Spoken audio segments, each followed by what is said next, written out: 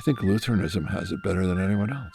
We have mystery, we have liturgy, we have doctrine. Maybe the biggest gift we have are the Lutheran confessions. There are certain mysteries that you just need to accept by faith. You can struggle against them, but it'll be a struggle in vain. God reveals himself in meals. The fall is at a meal. Covenants was always a cutting of a covenant, and you eat the food. And Jesus uses that as a way of instituting a new supper. I don't think it's a Jewish Passover. I think it's Jesus's Passover. He takes it over. He interprets the whole thing in terms of himself. The Blick is a lens through which you read all of Scripture. The Blick is the liturgy. It's inaugurated eschatology, the now, not yet. We're going to double down on who we are and let the chips fall where they may.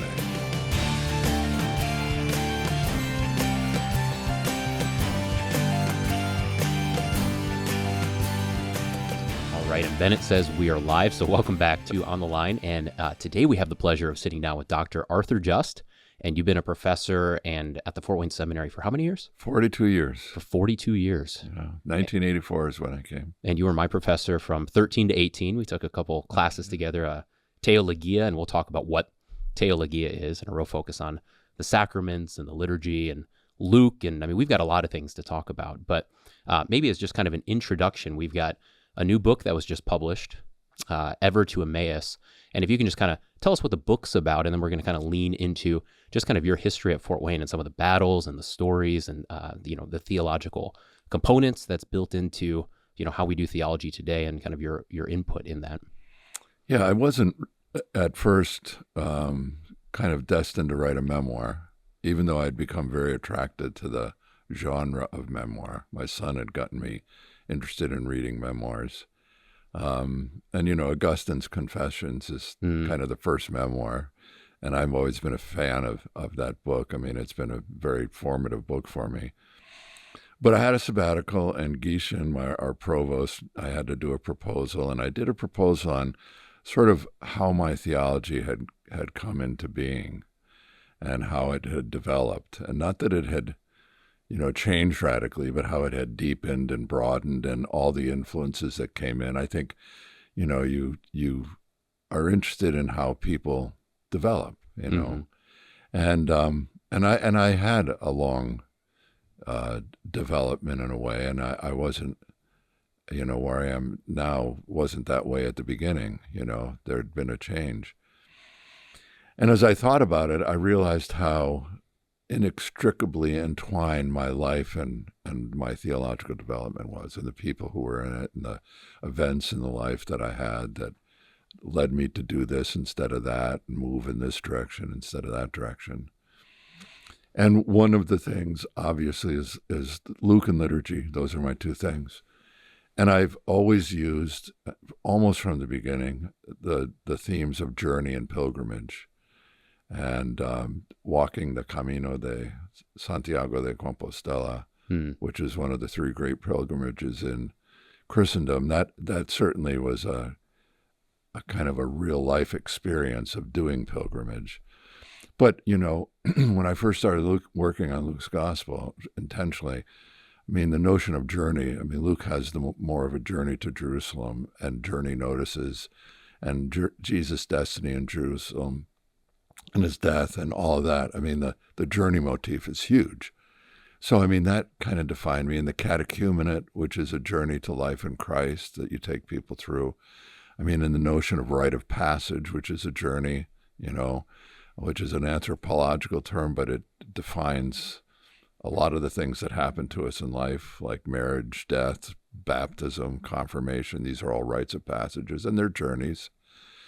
So I the first part of this is really, after a kind of a prologue, is about, how the notion of pilgrimage has really been defining for me. And that's where I tell a lot of my family stories. What's my pilgrimage, and how did I get to be where I am? And I have one chapter, I entitled it Just Conversion, because it was not my conversion to the faith, but to my conversion to being a pastor, how it happened.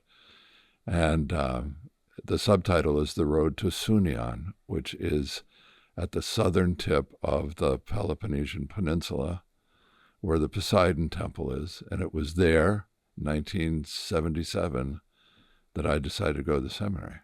And it was a kind of a cathartic moment, and I could tell that story more, but that chapter is how did I get there, so you had to kind of go through my life, and I wasn't going to do that. I wasn't going to do a chapter on my life because I didn't want it to be about, all the little events in my life. It's not that kind of memoir. It's a theological memoir. So it's how my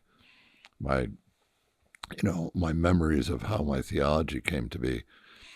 But one of the things, I said this to my wife, there's a wonderful novel by Penelope Fitzgerald. She's a very, very well-regarded novelist. And this book in particular is very well-regarded, called The Blue Flower. And it's about Germany in the 19th century, and it's about the intellectual kind of development of people at that time. And no one is named, I don't think, specifically. But in the middle of that book, there's a chapter called The Just Family, because there was a family of Justs that were very influential in the development of the intellectual life of people and where I'm from, So I said, if Penelope Fitzgerald can write about the Just family, I can, So that really made me, sit down and write that chapter. And that was that was in some ways the most fun. It was hard, but to kind of put it all together. But it's there that I do have, I talk a little bit about the Camino. I have a whole chapter on that. And I have some of the events that would have been part of the journey of my life in that opening. And I think there you can see the story of how I came to write on Emmaus. Why is Emmaus so important to me? Mm-hmm. And that's sort of the culminating part of that, first part of the memoir. So I'm interested to hear your thoughts, because you might be the right person to speak to this. There was a little, I don't know if it was an article that C.S. Lewis wrote, and he is reflecting on time. And he basically has this theory, it might have been even in The Hideous Strength, but he's got this theory that like time moves slowly, and then it all crescendos to a point where kind of a bunch of things weave together into a moment. And I've really been kind of captivated by that understanding. I think it plays out in real life experience, but it sounds like that's kind of your experience, to where things build up, and then you have the Camino de Santiago, or you have this moment where you say, I'm going to seminary and such. I mean, do you think there's something to that? Oh, I definitely do. And I mean, this is the thing that I've always said, is everything that happens to you is for a purpose and brings you to the moment where God leads you to, in a sense, what your vocation is going to be. And it doesn't happen to everybody, but it certainly did for me. And I mean, I come from a deeply Missouri Synod family. We had relatives that came over on the boat with, Walter and Martin Stephan and that whole crowd. Now they're distant, but I mean, we do have that. And in the book, I tell the story about this ring that I wear on my right hand. It's a wedding ring. And my great-great-grandfather was a Lutheran pastor, and he was ordained in 1878. And at that time at St. Louis Seminary, they gave him a ring because he was married to the church. And 102 years later, in 1980, when I was ordained, my grandmother, this is his daughter, she came to me with this ring I didn't know existed.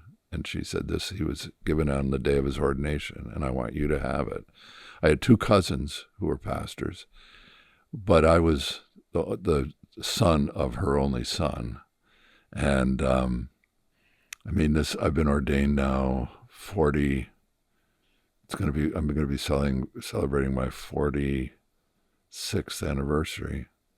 So this is 148 years old, and I've worn it ever since, So I had this pastoral kind of history. I have uncles, cousins, great uncles, and I mean, my grandmother so wanted me to be a pastor, and my dad did too. My father, he was, But I kind of resisted it.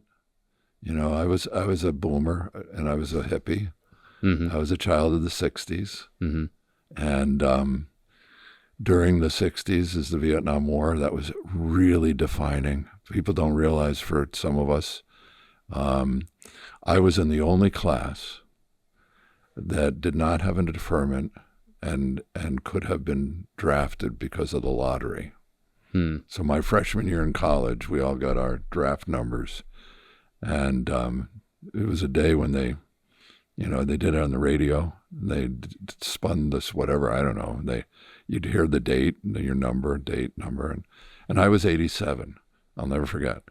And the year before, I think they had taken people up to 120, 25. So I was pretty convinced I was going to Vietnam. And the fall of my freshman year, we watched the numbers, and 50, 60, 70. And I'm getting ready. I've got a draft counselor. And we lived in Mexico at the time, so I was in the 100th draft board, and that's where all the senators' sons and congressmen's sons, they're not going. They're going to pick a schlump like me, who has no political baggage. So I was pretty sure I was going. And they stopped at 75. I was 12 clicks away from going. But, the protests and the body bags and the music and the drugs, and you see people who coming back being completely changed. It was a rough time. I went to a very elite prep school north of Boston, Phillips Academy, and all boys. And we had our 50th reunion, and we had a first-class documentary filmmaker in the class. He's a famous guy. And he wanted to do a documentary of our class because we did go through this transition. And it was interesting because we had to do it online. It was COVID. So he sent us equipment like you probably have here, real high-powered equipment, and we recorded these interviews. And it's Netflix worthy. It's about an hour. But the Vietnam War is so much a part of that. So, you're shaped by that music, by that culture. College was, but I went to church in college. I went to Union College, Schenectady, New York, where I grew up as a kid from the age 2 to 9. Went to this church, Pastor Album, the raredos of Jesus and the soldiers hovering at his resurrection is iconic for me. I see that. And what saved me in college was getting my sorry little butt out of bed every Sunday morning and going to a Missouri Synod Lutheran church and listening to Pastor Album, who I loved. And he was so good to me. And receiving the Eucharist. That was healing medicine, and I knew it. Then going back to the tumultuous search for meaning and all the stuff that's going on in college, I went back to that church for my 50th reunion from college just last year. And I went to church and sitting in the pew in front, and they asked me to introduce, and I told them who I was and how I was a member of this church and going to Union College, blah, blah, blah. And this woman behind me, she said, we were in Sunday school together. Really? Yeah. And I said, really? And she said, I really can't say I remember you, but I'm exactly the same age. I was here then. We were in Sunday school. Yeah. But I resisted it, Brian. I resisted it. And we even did psychological tests in a course in psychology at college. And vocationally, off the chart, you should be a pastor. Off the chart, And everybody saw that and they go, yeah, you probably should, even though we didn't talk theology very much. Yeah. So the year, I didn't know what I wanted to do after college. So my dad lived in northern Spain and he had bought a Volkswagen bus, from in Germany. We picked it up for him, 2 friends of mine from college. And we spent 7 months traveling around Europe in a Volkswagen bus, one of those pop tops. Yeah. Yeah. Had a fabulous time. But here's what happened. And here you can see, you talk about time. It's beginning to collapse for me because I'm searching for what I want to do. with my life. And that's kind of what we did in college, is what we want to do. I thought about being a lawyer. I had a good friend who had a business. He wanted me to go in business with him, and we could have. It was a great business. But I didn't want to do that. I mean, I didn't know what I wanted to do. I wanted to do something with ideas. I mean, I wanted to be in some sort of a place where I could think about things and read. But what is that, you know? Well, everywhere we went on that journey, starting in Spain, we started in northern Spain and did Spain and, you know, went along the river area, Italy and everything. I kept running into Christians, but they were weird. They were Pentecostals. I didn't know that. Mm-hmm. And I said to myself, man, this is not Luther Small Catechism Christianity, you know? But I didn't know how to respond to them. I didn't have the language. I hadn't studied it, and it bugged me. And I kept thinking, and I didn't have books, you know. We got to Rome, and I went into a bookstore, and I bought Schaeffer. What's his name? Francis Schaeffer? Francis Schaeffer's That We Might Live. Okay. The name of it? What is it? Oh, gosh. I was just talking to someone about that. It was one of his famous books. Mm-hmm. I read it, and I said, wow, this is great. I mean, I'm learning stuff. And I bought Paul Tillich's History of Christian Thought, which was a good survey, but still, I didn't know what I thought. And we kept traveling, and I'm talking to my friends now. We never really talked theology. I had a Roman Catholic, sort of an agnostic Roman Catholic, and I had one of my better friends was a Jewish man. So there were three of us, and we're starting to talk theology. And when we got to Greece, my Jewish friend, he went to Israel. He was as close as he was going to get, so he flew for a few days to Israel. And Rick, my friend, and I, we went down ourselves to this place at the bottom of the Peloponnesian Peninsula, beautiful temple. And I had a memory that we parked right next to it, popped the top, and stayed there for a couple days. You know, we had food with us, and but I returned there just a few years ago on a guided tour, you know, when I lead tours with my wife, and we went there, and it's all blocked off. You can't go up there. And our guide was about my age. I said, you know, when I was a kid, I came here and I parked right here. He said, oh, yeah, nobody came here. You could have easily done that. But it was something there, the beautiful view and all the weight of it. I said to myself, I think in order for me to figure this out, I got to go to the seminary. Not necessarily to be a pastor, but I've got to deal with what I believe and why. And why? What better place to go than seminary? So when we got back to Athens, I called my father, and he was in Spain. And I told him, I said, Dad, I think I want to go to the seminary. And he said, it's about time.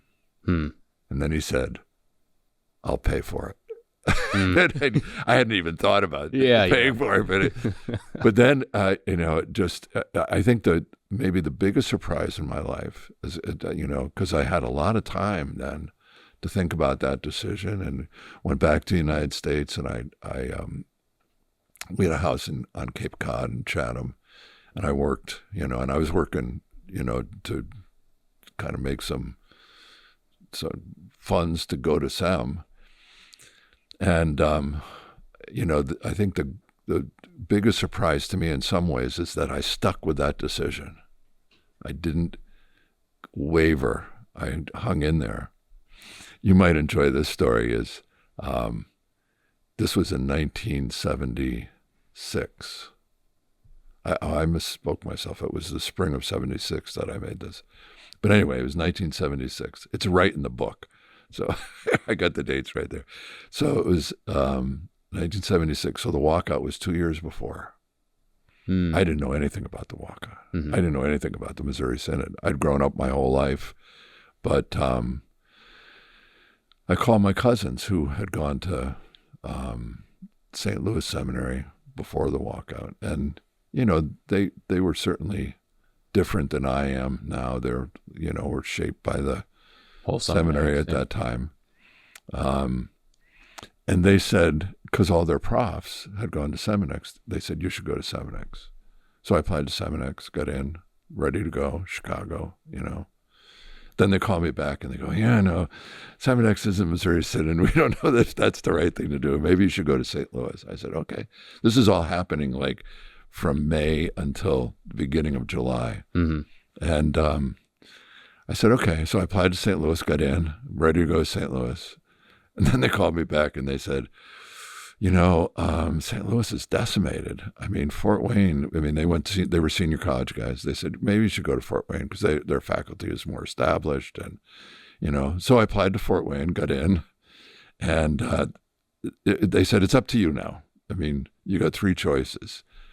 And this is the truth. I decided on Fort Wayne because it was a shorter drive from Cape Cod to Fort Wayne than it was to St. Louis.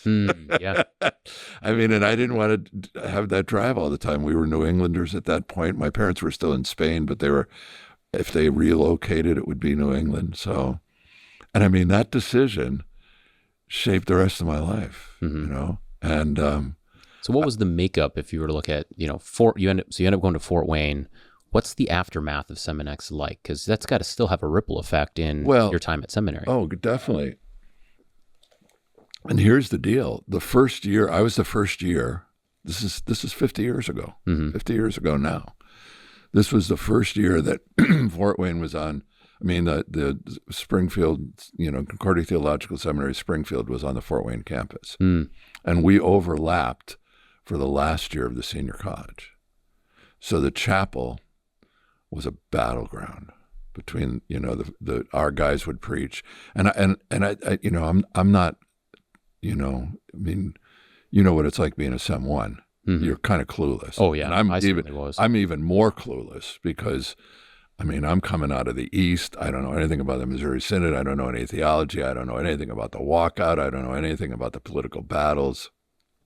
And I think, to be fair, the seminary preachers, I think they did it like every other week or every other day. I don't remember. And by in the chapel, it would be a senior college guy or a seminary guy, senior college guy, seminary guy. And of course, senior college guys were pretty bitter. They were, leaving. So they were more of the Seminex. They were more of the Seminex. Yeah, definitely. Okay. And so they played that tune.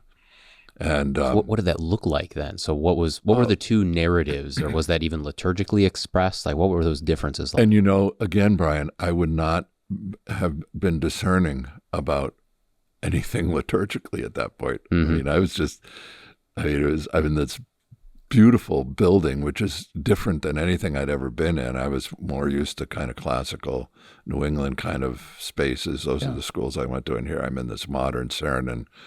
And I mean, it's very imposing and beautiful in a way. And I learned to love it. And I went to chapel all the time because I knew instinctively. Here's the other thing. Growing up East, I didn't know it, but I was high church. I just didn't know that. Because, I went to Bronxville, Village Lutheran Church in Bronxville we lived in New York, and that was considered pretty liturgical. Of course, those weren't my words, but I was a crucifer, I was a torchbearer, I sang in the choir, I was an acolyte, I was very involved in the church. My family was. We loved being involved in the church. And so, I learned to cross myself, bow at the Gloria Patri, stuff like that. And so when I came to the seminary, I knew that, and this is one of those things that you just is sort of unconscious about. You knew that the being in worship and listening to preaching and getting to know the liturgy and just being in the community of saints, that was important for formation. And of course, that's been my huge theme for 42 years of teaching. And I was, again, I knew there was a lot of tension.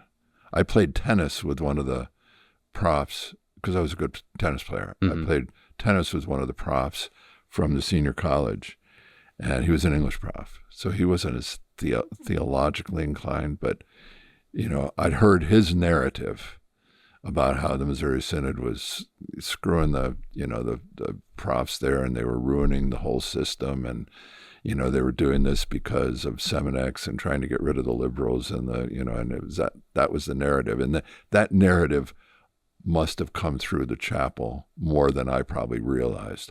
You talk to people who are aware, they'll tell you it was It was a battleground. And that year was like a blur. And I was struggling with Lutheran theology, frankly. It was hard. Inspiration of Scripture and inerrancy, that was the thing because I was an English major. It's text, Bible's text. You read it critically. You used your tools, and it's like, come on, you guys, you gotta be kidding me. Oh, you'll love this story, Brian. This is a great story. It's one of my favorite ones. We're in orientation, and we're in L7, the big auditorium room. And we're taking tests, filling out questionnaires, and there was a question there that, are you charismatic? And I looked at that, and I actually got up and asked the guy who was one of the profs, and you might not know him, Hauser, who was kind of anti-charismatic, but I went up to him and I said, I don't know how to answer this question because, my mother thinks I'm charismatic, but I don't know that that's something that I would want to say about myself. And my friends might say it, but I mean, how do you answer this? Yeah. And he goes, you don't know what we're asking there. He said, do you speak in tongues? I said, what do you mean speak in tongues? I said, do you speak in languages that you don't know? I said, come on. I mean, are you kidding me? He goes, no, have you been, I forgot what he said, something slain by the Spirit or anything. I said, I have no idea what you're talking about. He goes, just answer no. You're not a charismatic. I mean, that just gives you a glimpse into the level of, absolute kind of, not confusion, but I was just clueless. Yeah. Didn't know what was happening. I was so similar when I was there first year. I think there was a question. It wasn't, I don't think it was a questionnaire, but it was about church growth. Yeah. Oh yeah. And I was like, we want the church to grow, right? And of course, I had no understanding of kind of the battles. The battle. I didn't even know what that phrase That was meant. a flashpoint. Yeah. I mean, yeah. But so anyway, I mean, it was quite an experience. Marquardt is the one who converted me in Dog 1, Revelation in Scripture, and I credit him with it. Do you remember how he did that?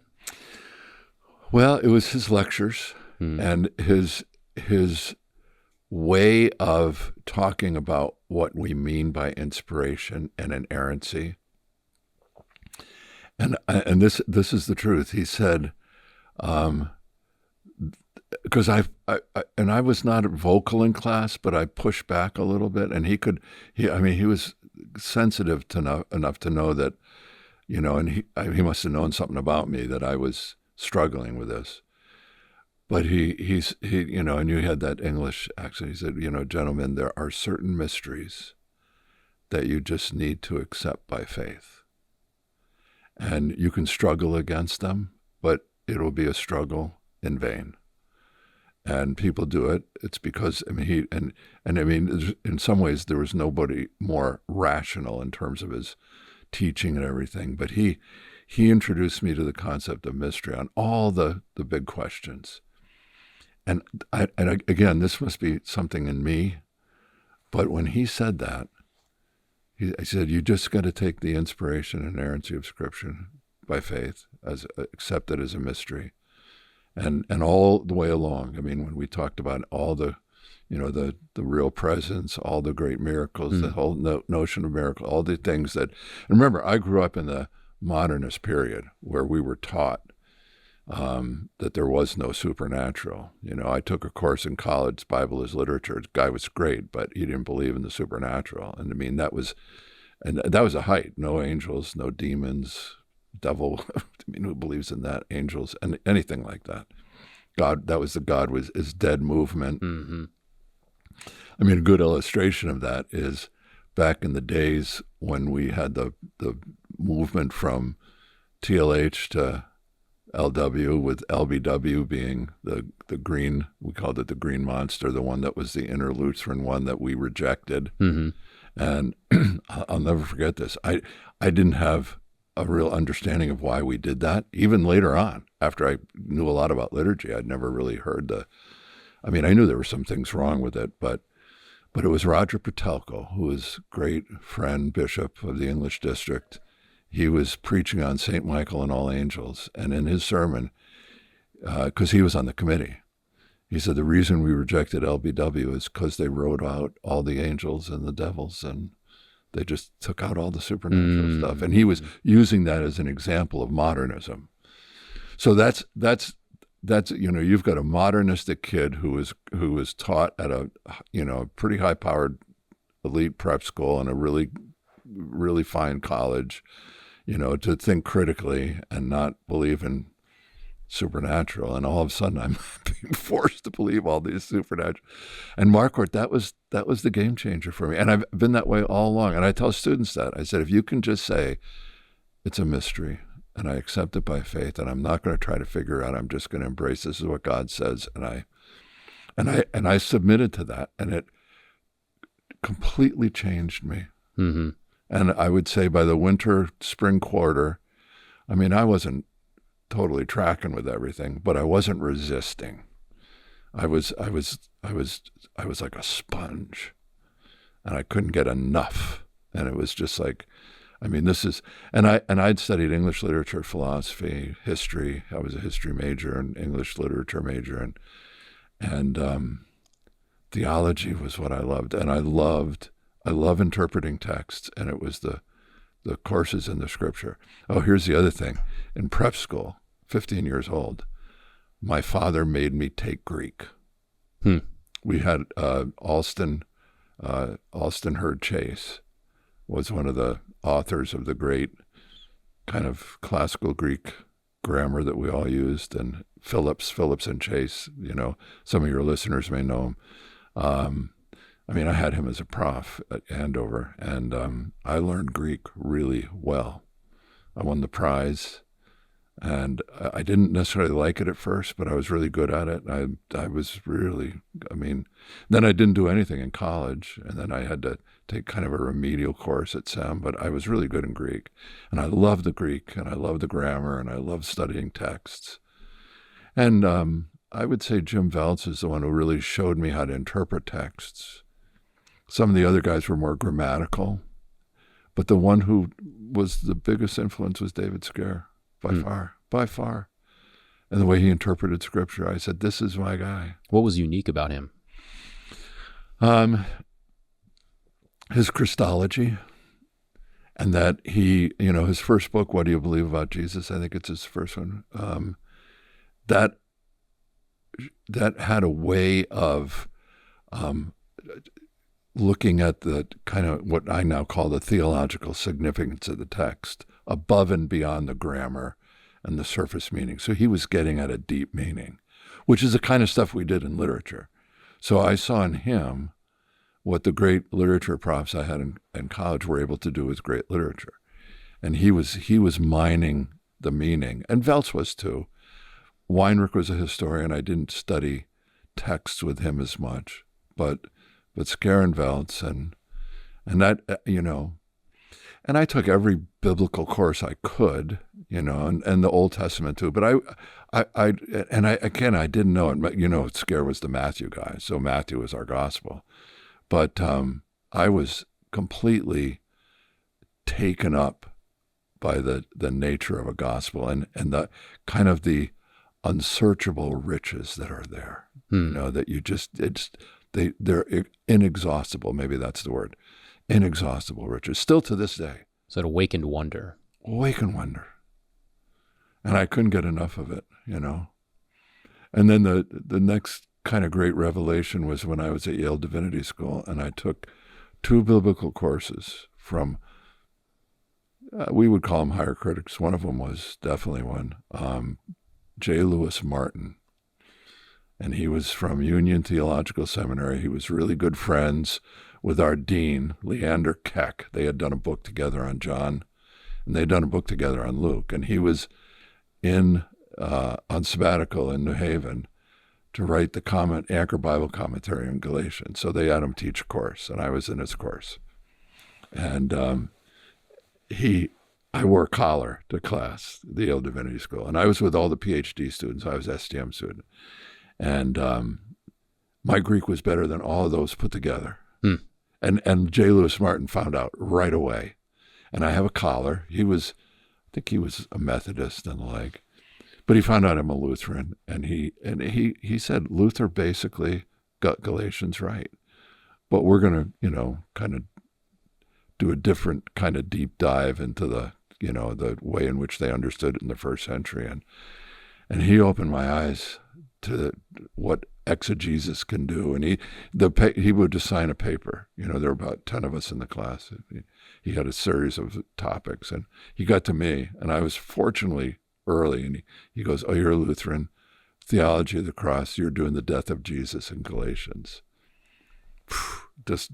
And I'm doing a thematic study of Galatians, which I'd never done before. I mean, we just went through it, but you didn't see necessarily the themes or how things were interplayed. And this is literary, criticism. It's what we did. And but we're doing it on the Bible, but we're believing it as the inspired, inerrant Word of God.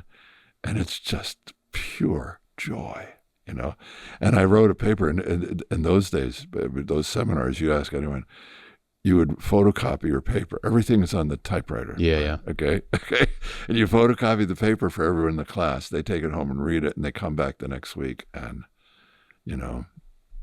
have at it. It got so bad in some of those seminars that they would make jokes. They'd hand you some bandages before you went in to defend your paper because it was like slap. But, and the guys went after it. But, this is where I realized I had the capacity to do exegesis at a higher level because it was well received by Martin. And so this is kind of a reversal of your experience when you're backpacking through Oh, Europe, and people are coming up and you're like, I don't know how to articulate this. Yeah. I don't have the any kind of knowledge or wisdom. And here you are now in a more high, a high intensity situation. You're like, I can defend this. I know this. I've been formed in these ways. I can think here. And Yale is a more conservative school, Mm-hmm. okay, than Harvard and some of the others. And again, just to back up, the year before, there was a school in the town I was a pastor, Wesleyan University, and they had an MA in religious studies.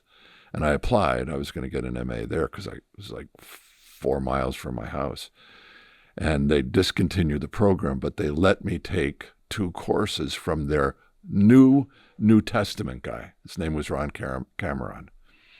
And he was a 3rd-generation Bultmannian. So in other words, there was Bultmann, Helmut Kester at Harvard, and Ron Cameron studied under Helmut Kester. And Ron was a member of the Jesus Seminar, just higher critic. And the first quarter, we took a course in non-canonical Gospels. And he had written a book on it. I'm in the foreword, actually, or in the dedication Endorsements and stuff. Yeah.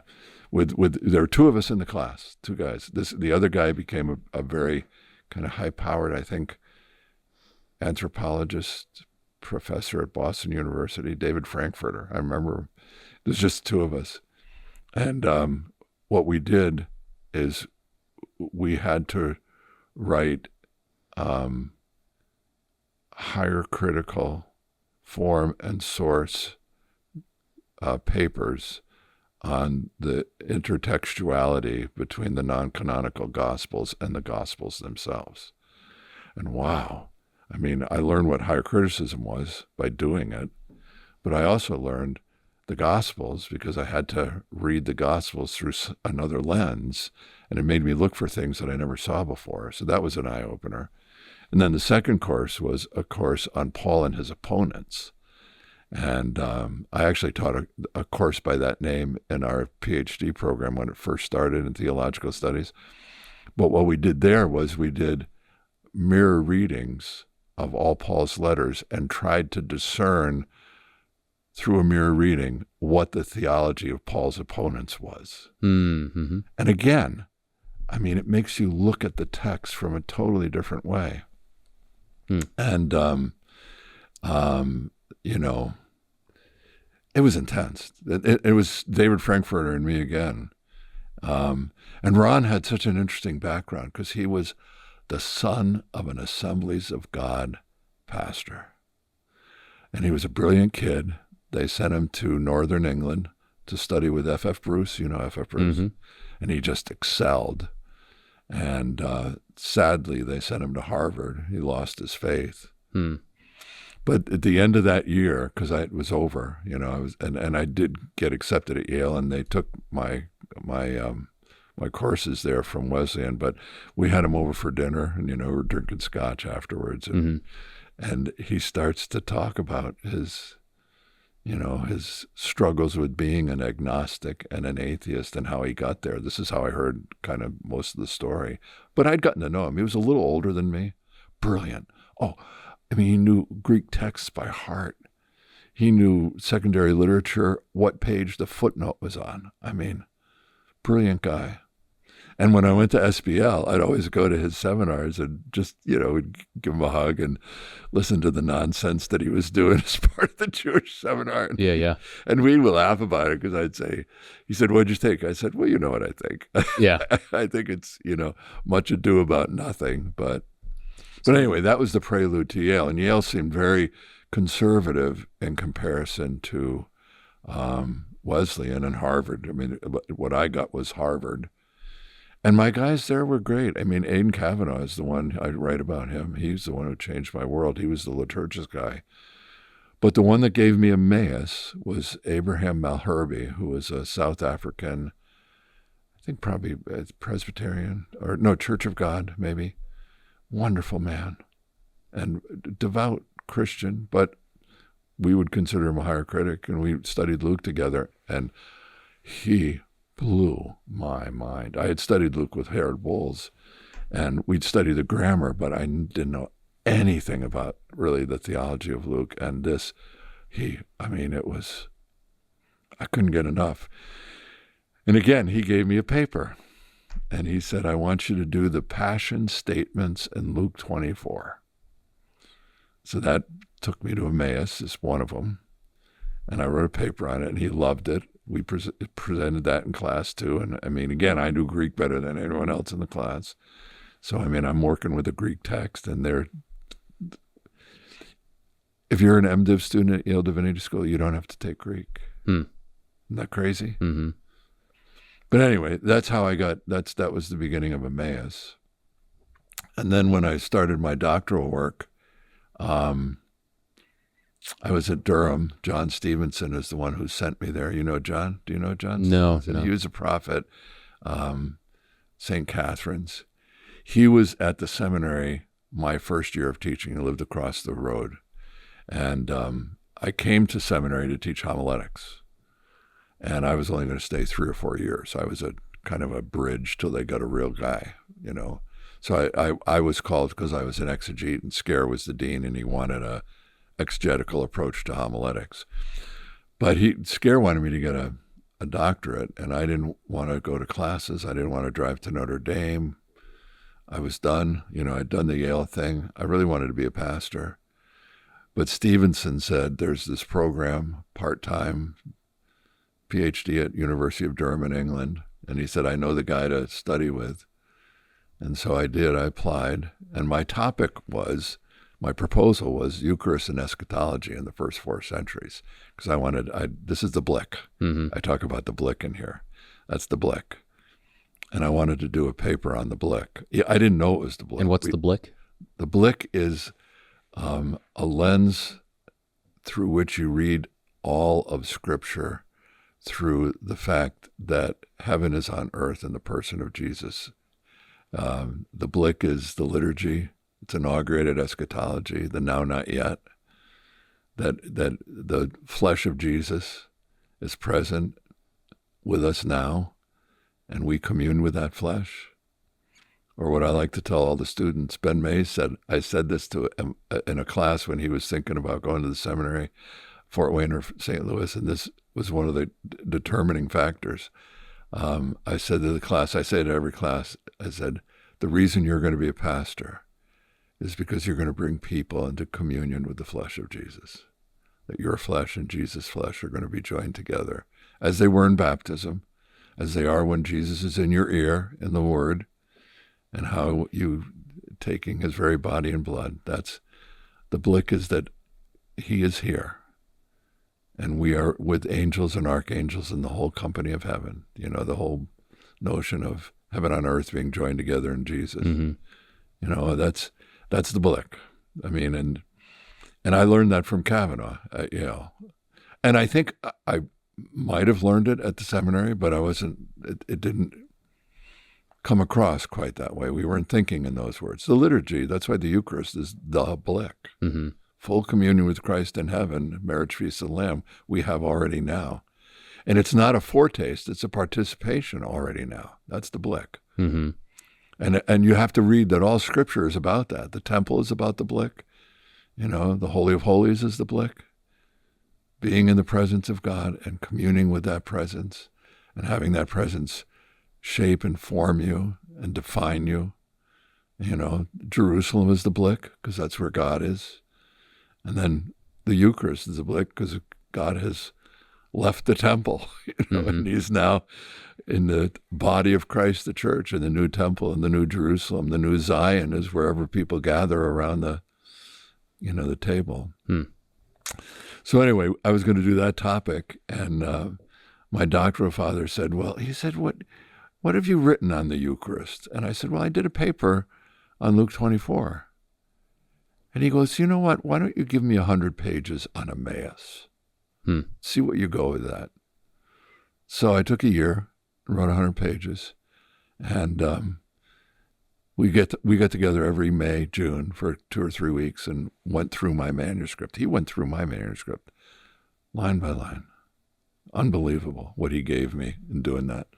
So we went through that manuscript, and I say in the memoir, he said, Arthur, you're a very good writer, but you're preaching here. You've been writing sermons for many years now, and this is very homiletical, but you have to write like an academic.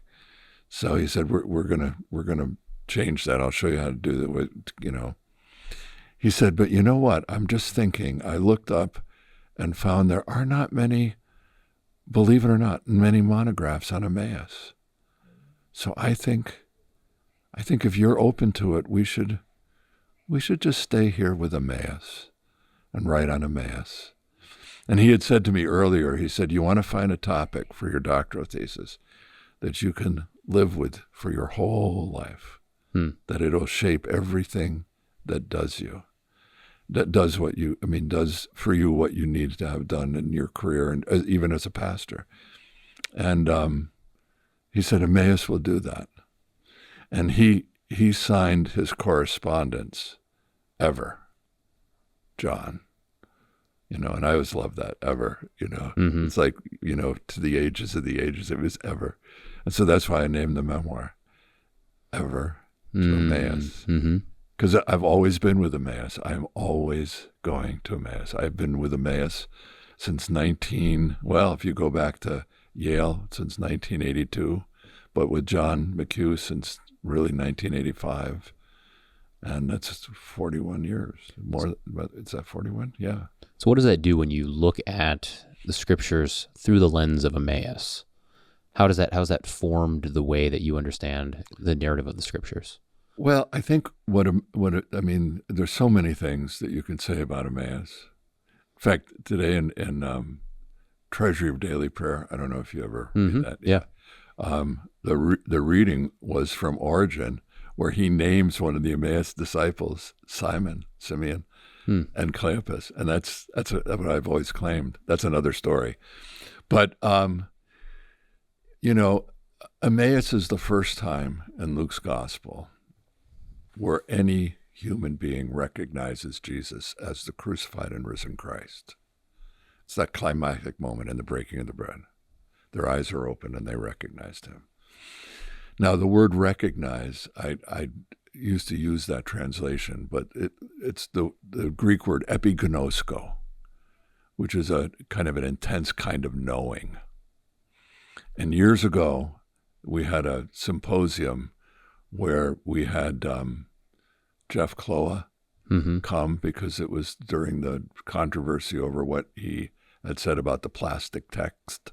It was how sure are we of the scriptures we have, so the reliability and the certainty of the text and scriptures and how much we can depend on what we have. And he was in a firestorm, in Fort Wayne. People were, especially behind that. And I was chairman of the department, and we wanted to do a theme. That was going to be our theme. And I said, let's invite him, have him come, and let's hear from the horse's mouth. And he accepted, and he did really quite well. I think everybody appreciated his being there, and, we could see where our differences were, but it was a good symposia. Anyway, the point of that is I wrote a paper on the word certainty in Luke's prologue, which is the last word in verse 4 of Luke's gospel, a prologue in his gospel.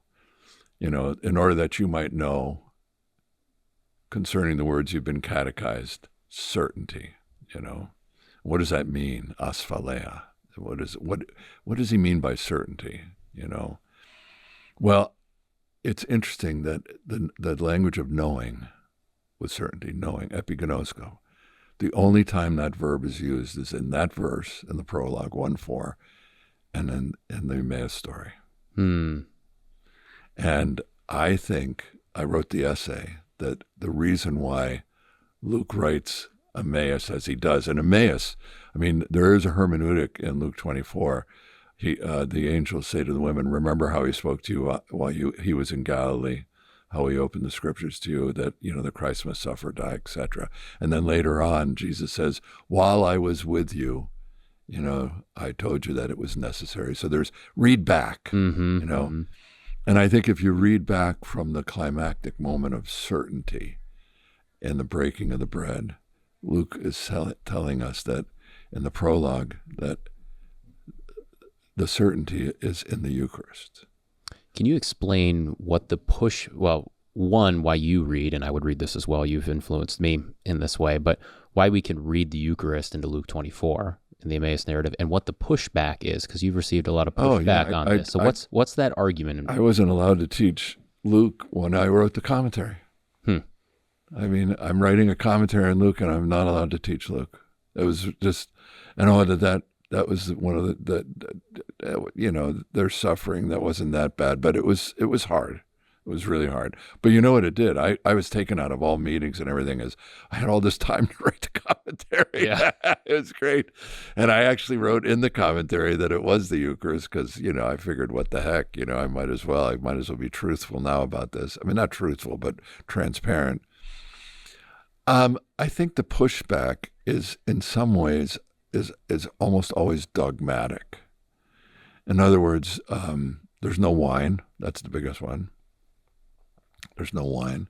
So it can't be the Eucharist if there's no wine. And of course, there's all kinds of, responses to that. One is they're reclining at the table, and that word is used only of festive meals. And you can't imagine having a festive meal without wine. It's like having Thanksgiving without a turkey. I know some people do, but the vast majority of, you know what I mean. Yeah. Festival without beer or wine isn't a festival. It's not a festival. Yeah. So it's a festive moment, and it has to have, the wine. And I think the other thing is that the breaking of the bread is the first word for the Eucharist. And I think almost everybody believes that they devoted themselves to the apostles' teaching, to koinonia, fellowship, that is the breaking of the bread and prayers. That's the Eucharist. And so the breaking of the bread and all the constellation of language that goes there. But I think it's also important to know that there's an entire the word I used in my thesis, and matrix of table fellowship, not just in Luke, but in the entire Scripture, that God reveals himself in meals, that this is a revelatory moment. And this is where God shows us who he is. And one of the things that I think is important about that is that it's so natural. It's human. If you want to celebrate your anniversary, you go out to dinner. You get washed first, right? Mm-hmm. Bathed, baptized, and then you go out to dinner. Yeah. Right? It's fundamental to human existence. And fellowship at a table is how you express your intimacy and the like. And in many ways, in terms of human interaction, it's the most, in a sense, intimate expression of our oneness and our, as family, for example. And at most tables, if it's a normal table out east, it's certainly true. Spain, it's certainly true. But you have conversation. There's table talk and meal. You talk and you eat. They go together. Mm-hmm. Teaching and eating, and wine sometimes facilitates the conversation, yes, does it not? Yeah. Mm-hmm. So, there's something about that. But, the fall is at a meal. It's over food, Covenants, which is the way in God sealed his relationship to his people, is always a cutting of a covenant, and you eat the food.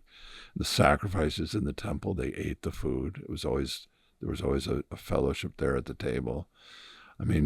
Moses went up on the mountain and he ate with God. Passover is the supreme redemptive event. And Jesus uses that as a way of instituting a new supper. And when I talk about it in Luke, I don't think it's a Jewish Passover. I think it's Jesus's Passover, the Passover of Jesus. He takes it over. He interprets the whole thing in terms of himself. Mm. So, why is the bread unleavened? Because of the haste of my journey to the cross. Why are the herbs bitter? Because of the bitterness of the journey. I am the Lamb of God. Takes away it is necessary for us to sacrifice the Passover lamb. That's how Luke says it in 22:7. Mm. But I love that understanding of taking, why is the Passover in the Old Testament the way it is? Because it's because of the way the Passover is going to be on the night in which he's betrayed. Exactly. Right? It's a reversal. It's a reversal. Yeah. Yeah. And the blood, it's all about the blood. Mm-hmm. That's the other thing this is what David Scaer taught me. And it's amazing to me. I don't know if you've had any people on about the atonement, but the fact that the atonement is is being attacked or not believed or not being emphasized is crazy. It's like when I was at seminary, it was justification and the charismatic movement.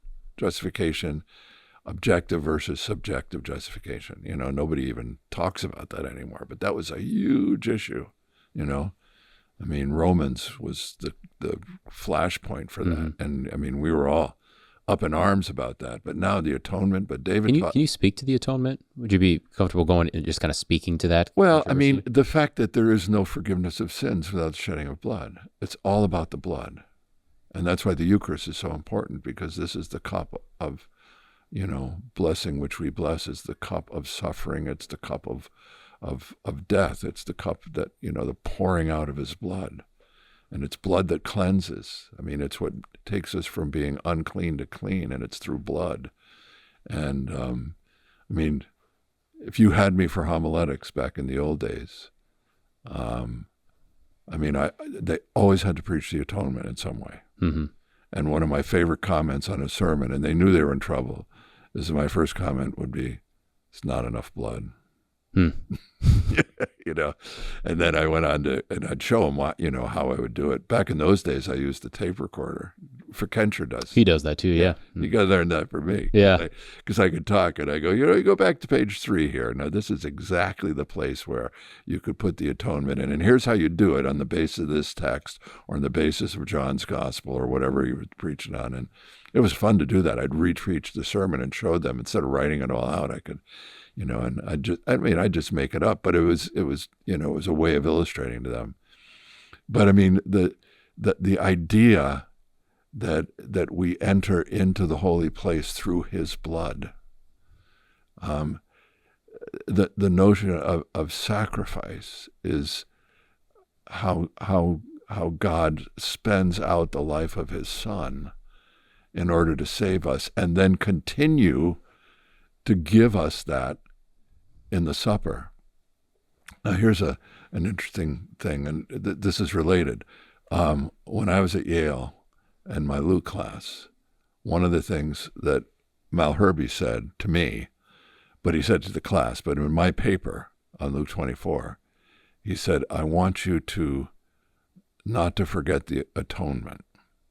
Because there's the verse in the Emmaus story where we had hoped that he was the one who would redeem, atone, for the people. And he said, the reason I want you to work on that word is because, and here he's kind of betraying his own, tribe of higher critics. He said, higher critics do not believe that Luke has an atonement theology because he does not have the passage that Matthew and Mark have, that the Son of Man came not to be served, but to serve and give his life as a ransom for many. Okay? And that always stuck in my head, because, here you've got people saying Luke doesn't have atonement because he doesn't have that verse, but there's really atonement everywhere. And scholars, not, just me, but many, many, many scholars have since then have shown that, Luke has a very vibrant atonement theology. What I did in my thesis and then I did in the commentary was I said, Luke does have the Son of Man did not come to be served, but to serve and give his life as a ransom for many. But he has it in the institution narrative. Because only Luke in the Verba has, take, eat, this is my body, which has been given huper hemon, on behalf of you. And then again, only one who has it. This, oh gosh, I'm going to get this wrong.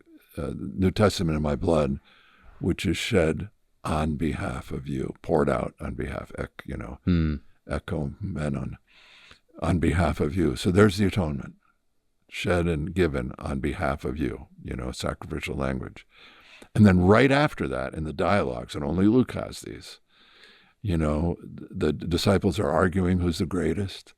And, Jesus says, I am in the midst of you as one who serves. It's not the elder, it's the younger. It's not the one who reclines at the table as the one who serves. I am, ego eimi, in the midst of you as one who serves. So there's the service language, and then the atonement language is in the Verba. So what Luke is doing is saying, that atonement verse in Matthew and Mark, which points to the cross and the sacrificial shedding of blood on the cross as a ransom for many, Luke now says, yeah, but now it's in the supper. That's where... So he actually moves it there even more overtly than... Overtly, yeah. And again, that's the backdrop for coming to Emmaus, and recognizes that in the breaking of the bread, they go back and they read that, what he did at the supper. And I think they read all the way back to the prologue and say, okay, our eyes are open. We have certainty that this is the crucified and risen Christ in the breaking of the bread and the Eucharist. And of course, it's preceded by, and this is the whole point of my thesis and my view of Emmaus, is preceded by the teaching on the road. There's the pilgrimage on the way. The way is the pilgrimage, the way, and it doesn't happen in Jerusalem. It doesn't happen in Emmaus. It happens on the way, and that's the way is the language of catechesis, it's the first word that's used in the church, the way. Sorry, we got, that taken away from us by that cult. But the lesson he teaches them, first of all, they have, of course, their lament. It's perfect, except they have one little thing wrong. But otherwise, it's a perfect confession. I call it the Christology of the Emmaus disciples. They say perfectly whatever, but they don't believe it. They don't understand it. They don't comprehend it. They don't see it. Okay? And it's a lament. We had hoped that he was the one to redeem Israel. And they just said that he had died on the cross, the judgment of their rulers who crucified him. I call that a moment of invincible stupidity. They just said how he atoned. And then they said, we hoped that he atoned, And they go on and on about the resurrection and all the evidence. It's the third day. Our women went to the tomb. They didn't see him, but they reported that an angel said that he was alive. And we went, and the tomb was empty, but him we did not see, And that's why Jesus says, oh, foolish and slow of heart to believe all that is. And then he gives his Christology. And he does it on the basis of the Old Testament, and he chastises them for not believing the Old Testament. That's the key. Not for not being unbelievers, but not believing what the Old Testament said, that the Christ should suffer and then enter into his glory. And then there's a sandwich there of the scriptures, Now that created burning hearts. Our hearts were burning. If you saw the cover of my new memoir, it's on, he opened to us the scriptures, That's the theme. Yeah. And it's got the two Emmaus disciples with their hearts burning, and Jesus standing there with the burning of his wounds and his and I mean, they had burning hearts, but they didn't see. It wasn't enough. They had to have both, the word and the sacrament. I mean, this is why I think it's iconic for Christian liturgy. And one of the things that I said in my thesis, even though I didn't, is kind of discreet, is that the last line in the Emmaus story is that they did an exegesis of the things on the way, on the road. That's the teaching. That's the word, kai. And as he was known to them, there's the knowing again. And the breaking of the bread, there's the sacrament. So there are the two structures of liturgy. Mm-hmm. And those two structures of liturgy have been there ever since. Jesus gave them to him. So he's the author of the historic liturgy and its two major structures. One more thing about epignosko. I think that language, knowing, is reflective of the knowing of Genesis between a husband and a wife. That there's an intimacy, a communion of flesh that we only have in the Eucharist. And it's in the tactile eating and drinking. We have it in our ears, in the Word, happens in the waters of baptism. But there's something climactic about sitting down at a table with Jesus and eating and drinking. And it's climactic, but it's not greater than the teaching on the road. You have to have both. One prepares for the other. This is the great thing about being a Lutheran. It's not that one becomes more dominant than the other, but there's a terrible word, collaboration between word and side, but you know what I mean. Yeah. They go together, and they have to be together, and they have to be in that order. Because it is usually in other denominations, it's going to be an overemphasis on one or the other. Exactly. Mm-hmm. And, if you use the language of heterodox, orthodox means right worship, heterodox is wrong worship. There have been in the history of the church, two heterodox moments. And that is when you stopped celebrating the Eucharist and you had the Word. It's not the way it's supposed to be. Every Sunday Eucharist. And the other is, and you see it today, and I'm sure it's happened before, but where you put the Eucharist before the Word.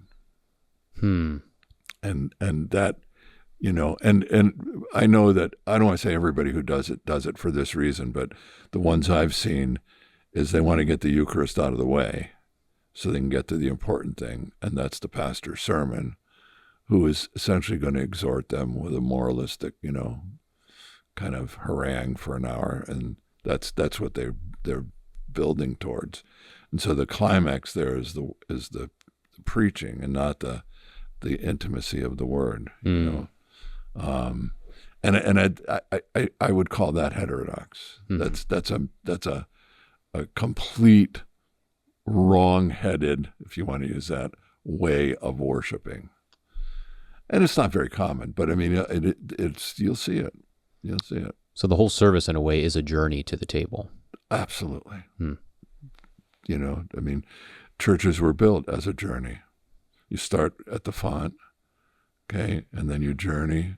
And as you journey, you hear the word of God, and you come up to Jerusalem, to the place where you sit at table with them. And it was originally always a table, so there was a sense of it being table fellowship, and not, anything else, but really a kind of a feast in which you commune with angels and archangels, and there's the joining of, this is where, talk about time, all of time now collapses. That's the Blick, where the eighth day is the Blick, okay? That when you have 8 sides, which is the eternal number of the font, so you go into that font, your flesh is joined with Jesus' flesh, and you get death over with. You become an eternal being because your broken, finite flesh is now joined to his perfect, infinite flesh. And you die there and never die again. When you do die, it's like into another dimension. It's eschatological. It's end times. You're already participating in heaven. All of heaven comes to you because Jesus is there. Where Jesus is, there's heaven. And I think as you make the journey, your ear is being filled then with the voice of Jesus that prepares you for that meal where you again are communing with what happened in baptism, what happened in the Word. I mean, he talked to them on the road, their hearts burned. I mean, there's the voice of Jesus is in your ear. And he can, that's how the incarnation happened, through the ear. The Word, Spirit caused the incarnation. That what faith comes by hearing, hearing by the word of Christ. So we're, in a way, Christ is incarnate in us, or communing with us, enfleshed in us every time we hear his, that word that does what it says, that performative word, So let me ask you this. So this is beautiful. And this is something that I think my generation, we've inherited this. So, many of the guys in our class, whether it's Daniel Brodus or Jacob Benson or stuff, like this is the kind of stuff we talk about and enjoy and kind of marvel at. So you have the Blick. We have the Blick. Yeah, we inherited the Blick. Yeah.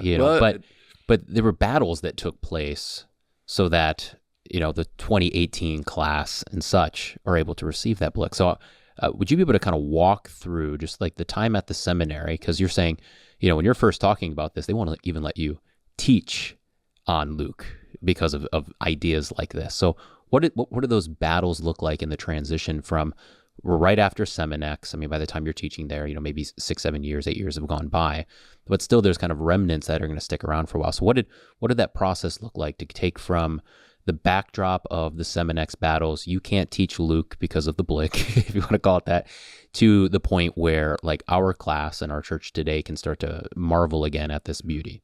Yeah, it is a great question. And in many ways, that's why I wrote a memoir, because it is a journey through those battles to the point where we are now, where we can talk about the Blick. Now, the language of the Blick I don't usually use. It's kind of inside baseball, and writing about it was really, I mean, we used to talk among ourselves.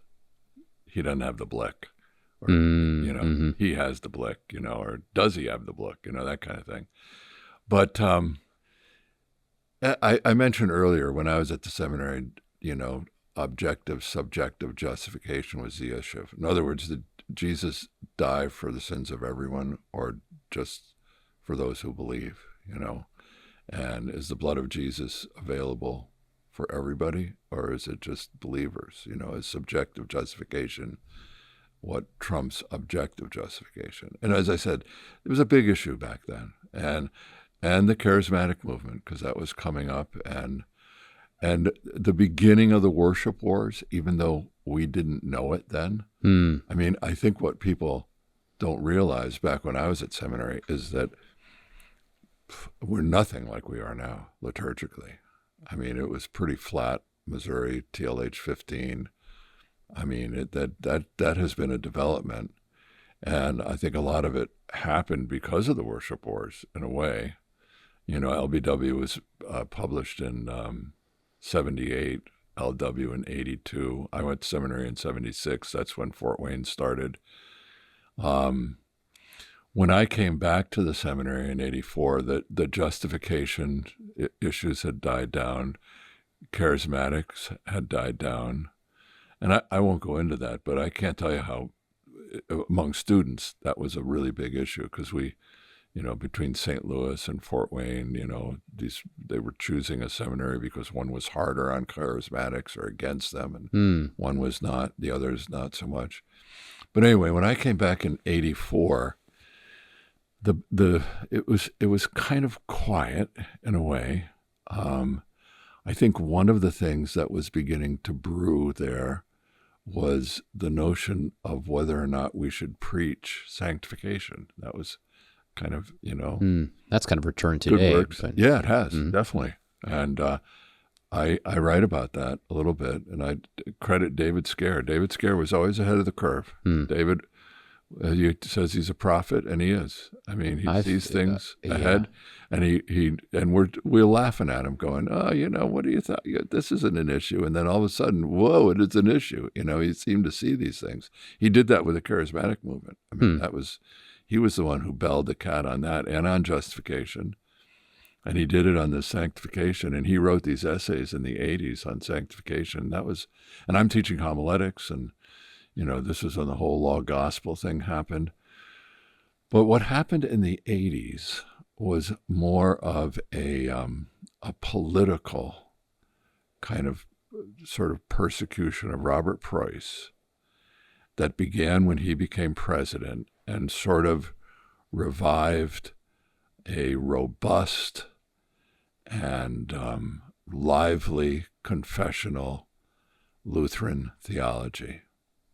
And I mean, some people would call it a conservative theology, where we really were beginning to push back against some of the impulses that were coming in the leadership of Missouri Synod that came from, what was becoming the ELCA, fellowship issues, these kinds of things, close communion. I mean, so many of the things we have today. But there was kind of a threat among some in St. Louis, particularly the president of Synod at that time, who was a colleague of Preuss's, Bohlman, in the seminary in St. Louis. He had been head of the CTCR. Preuss was a much more charismatic and just compelling lecturer. Charismatic in the art just in the right sense. In the right sense. Yeah, exactly. I mean, he was a passionate person about theology, and students loved him. He taught great classes, and he had a much bigger following than Bohlman did. And he was creating an energy in Fort Wayne when I was a student, and then when I came back as a colleague, that was really threatening. And I mean, it's a convoluted story. If you really want to read about it, read the memoir of David Scaer, Surviving the Storms.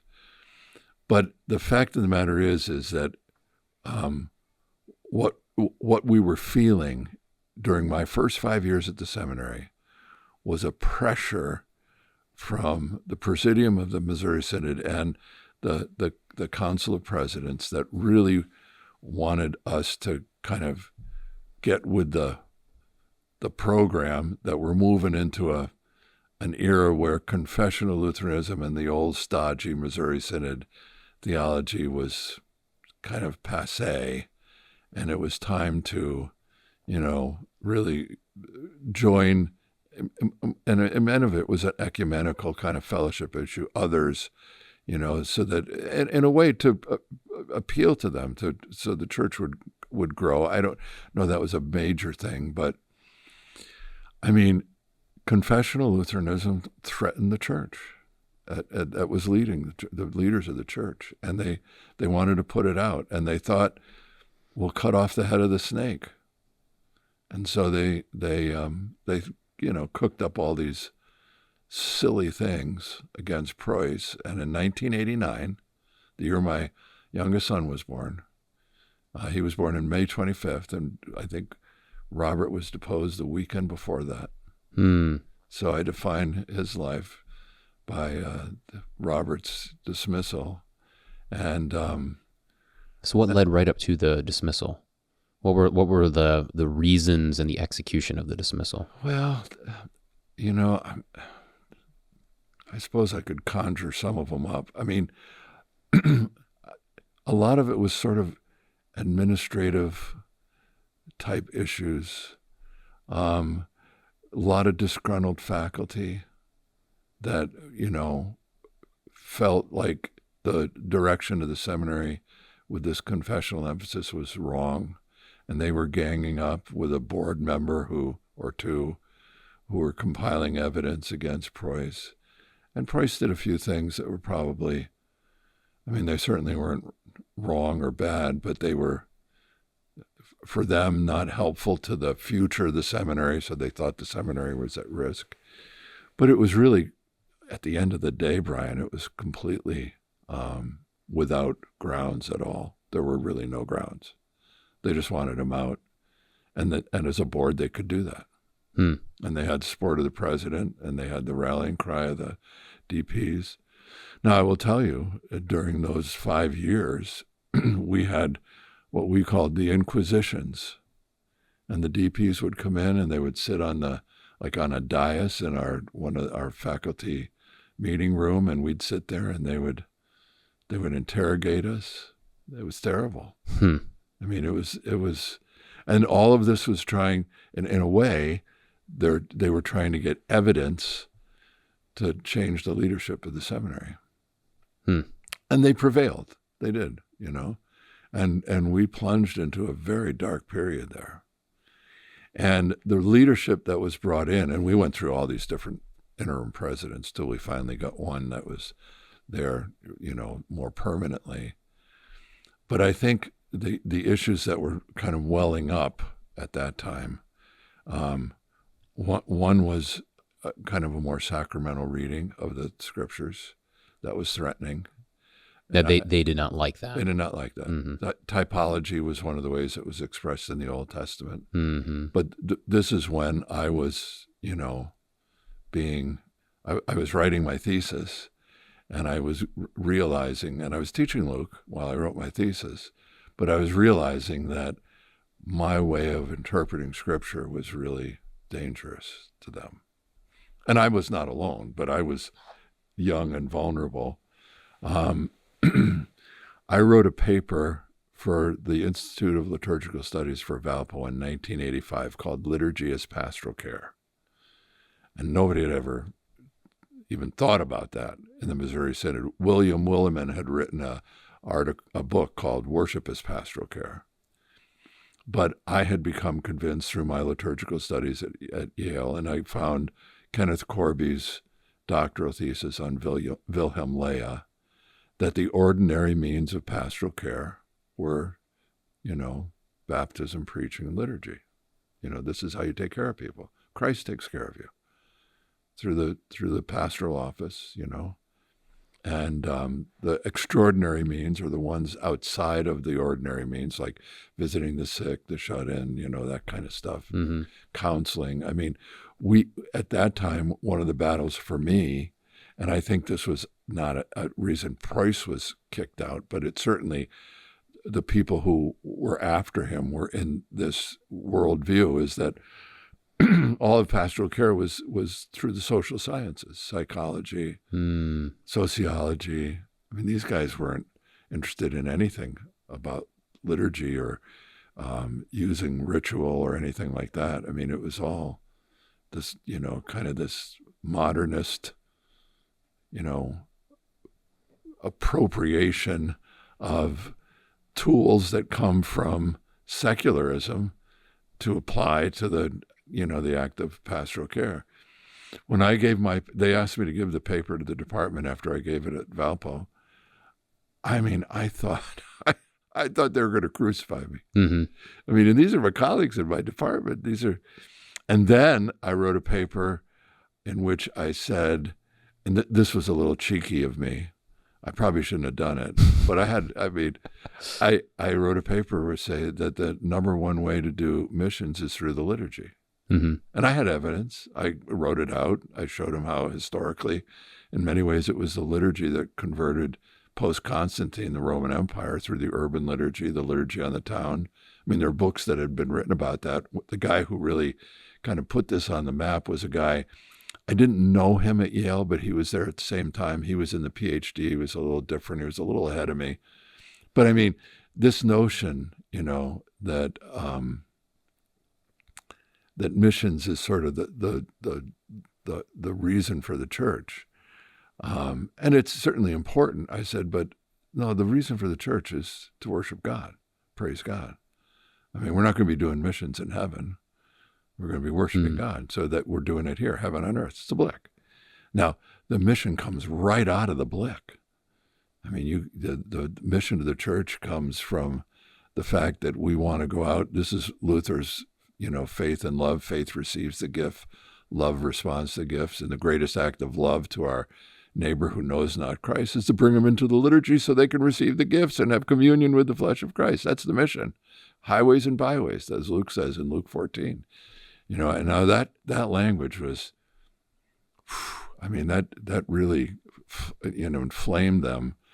And when we were in the Babylonian captivity, that language had to be suppressed.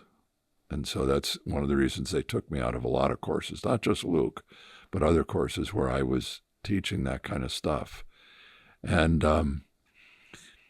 the ministry was a huge, huge issue then, because we were coming into that moment where, we were really beginning to push, and we thought this was important. And I'm talking about the good guys who were being persecuted. It was important to raise up the Christological character of the ministry. Just what we say in the stead and by the command of Christ, that the ministry is a Christological office. And in a way, it's an ontological office in that you embody Christ. It's not like your molecules change or you get an indelible character, but you speak for Christ. You're the one who represents him, in persona Christi kind of thing. Now, some people went too far, some of our students, and that was a real threat to the district presidents.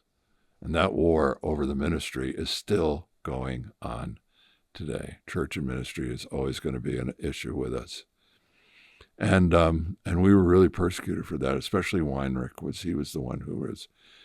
But I remember being in a faculty meeting, and we were talking about the ministry, and I finally I didn't talk a lot because they didn't want me to, because I didn't have tenure, but I finally got a little exasperated with our president at that time, and I said, maybe one of the number one passages in the Confessions for the ministry is Luke 10:16. He who hears you hears me. He who rejects you rejects me. He who rejects me rejects the one who sent me. And I said, that's what we're talking about. And he said, I don't want to hear anything about the Bible on this question. Wow. Luke 10:16. And that's the passage I always use in ordination stuff. Yeah. Because and everybody kind of looked at me and looked at him when he said that, and we said, "Oh boy, this is lost," And I think one of the ways I put it, I don't know, I'm sure my colleagues would put it this way, but this was my sense, is that in the way we interpreted Scripture, the way we interpreted the ministry, and the way we interpreted the life of the church through the liturgy, is there was too much Christ. It's too much Christ. It was a kind of a radical, for them, a radical and overemphasized accent on the person of Jesus. Now, the one who took it on the chin for that was, of course, David Scaer. And he was making the statement, I'm sure you've heard it, all theology is Christology. Mm-hmm. And they really, really went after him on that.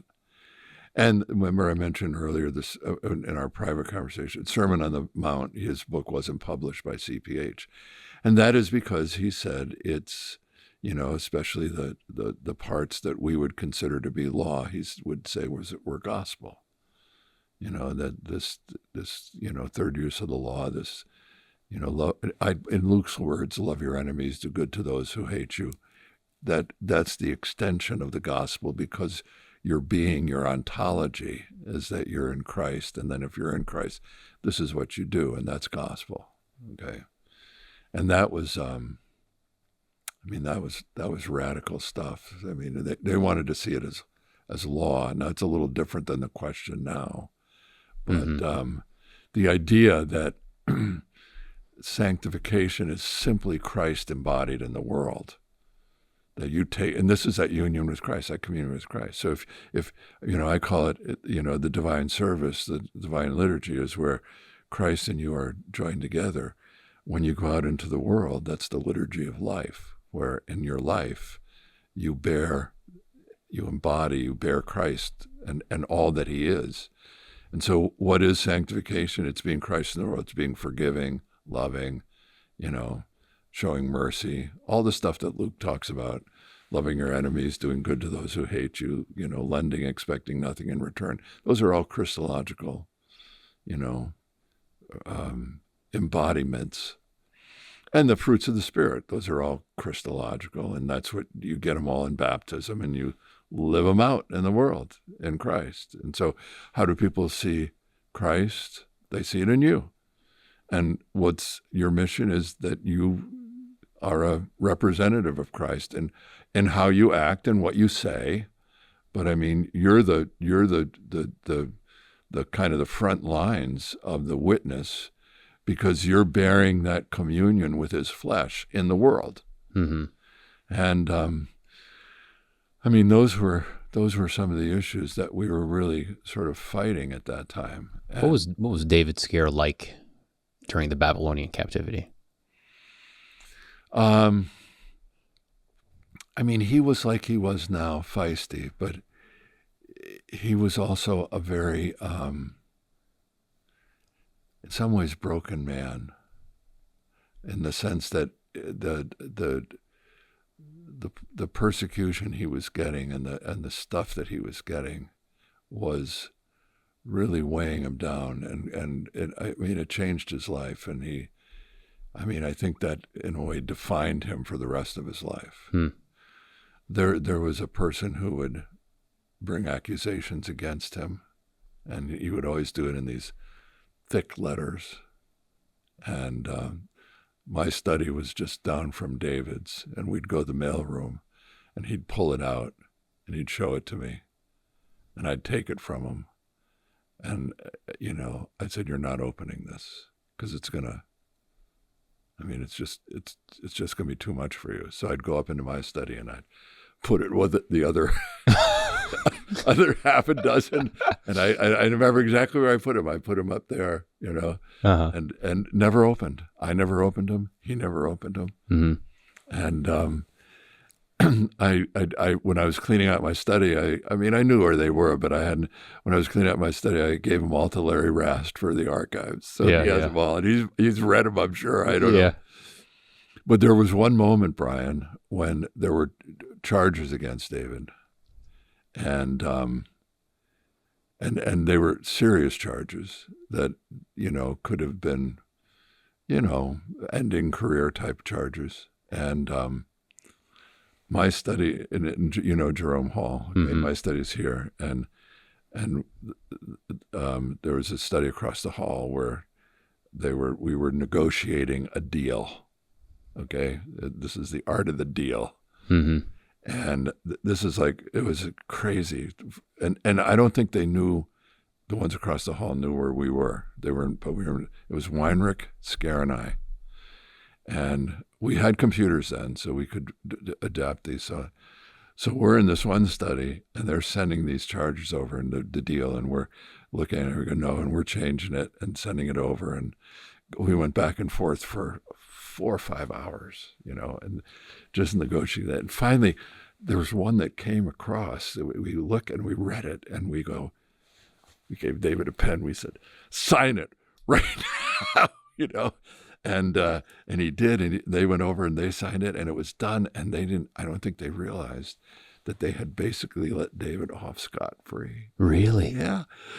So they kind of fumbled. They fumbled. Yeah. And it was, and Bill and I are doing high fives in the study. And, Yeah. And David was, if I remember, he was sort of shell-shocked. And he was just kind of sitting there like, is it over?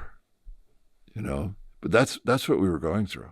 Wow. It was crazy stuff. And personally, I developed cancer in '94, and I had radiation treatment, and that was a hard year.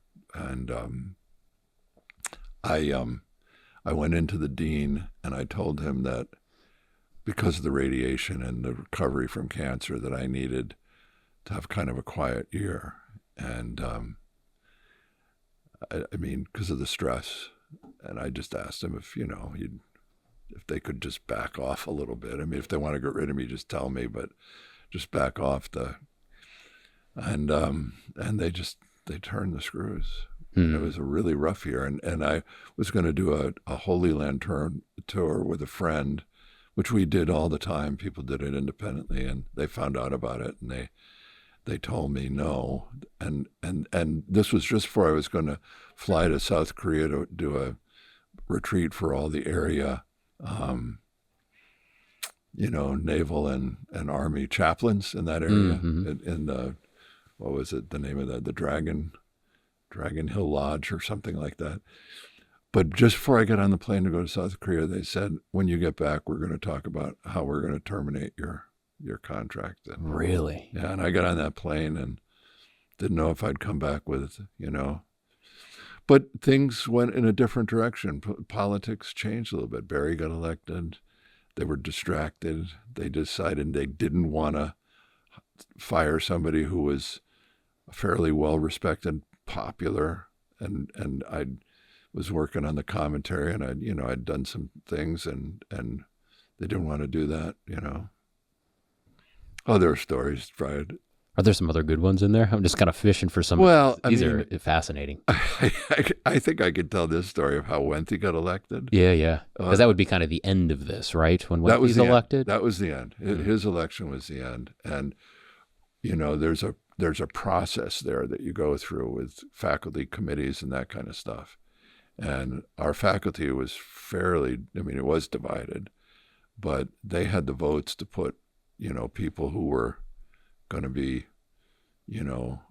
electing a president who would not be the kind of president we wanted. And we sort of had the committee set. I don't remember exactly how this happened, but we kind of had this committee set. And Dean Wenthe stood up and he said, guys, we need, the country is representation. We really should have somebody represented on that faculty committee. And, he said, I nominate that I think we should vote again, and I nominate Arthur Just to be that guy. So they did vote, and I got on the committee. Now, we had a president and a vice president of the board who were with us. We had the board to a certain extent. And when we convened for the faculty meeting, so all the faculty are it's me and everybody else is against me. And the vice chairman of the faculty was the kind of the convener of that meeting, and he was brilliant, David Anderson. He looked at everybody and he said, I think, and the guys on the committee weren't real, they weren't firebrands, but he said to the committee, he said, I think Arthur Just should be the chairman of this committee. Does anybody have a problem with that? And, nobody said anything, and he finally said, okay, if nobody has a problem, I became the chairman of the committee, even though I'm the minority. Yeah. So what we did, you compile names, okay, from the Synod, that everybody nominates. And the number 2, nominations by far were Weinrich and Wenthe. And then there were others that dropped off, after that. But they were by far the head. And when I brought those names to my committee, I said, hey, we have to do the kind of not the short list, but we have to recommend names to the next committee. And they refused to put forward the 2 number 1, nominations within the Synod. So I think I could tell it. Todd Peppercorn and I, he was a student, with one of the board members, we found out that the Lutheran Witness used to publish the names in the Lutheran Witness. And they hadn't done it in a while. So I went to the head of Lutheran Witness, who was sort of sympathetic. And, we had dug out the archives and gave him all the evidence. And he said, yeah, let's publish it. So I, as the chairman, not with my committee, I was playing hardball, Brian. Yeah. I sent all the nominations to Lutheran Witness, and they didn't know it. And all of a sudden, the Lutheran Witness comes out, and Wenthe and Weinrich are there. And oh man, Mike wanted to kill me. And then the next committee, we didn't put them forward, even though they were nominated, even though they were so mad. So in the next committee, we didn't have those guys' names, and I wrote a minority report to the electors as we gathered about how absurd this was, that we're not listening to the church. And there was one board member who got up and said, I think Just is right. We need to put these 2 guys forward. And believe it or not, the electors went against, my board, which, because of my minority report, and Wenthe and Weinrich, were on there with 2 other candidates. And Wenthe did not get the most votes at first. It was Weinrich, but it was a tie. Wenthe didn't get any votes, actually. It was a tie. And it was the president of Synod who said, I'll go with Wenthe if two of you will go with Wenthe, and they did, and Wenthe became president. Interesting. Yeah, it was crazy. The politics. Yeah. And he was a unifying factor, wasn't he, Wenthe? Dean was the right guy. And Bill would have been great too, but Bill, I think, felt that he was a better academic dean. And they worked so well together. They're the lions.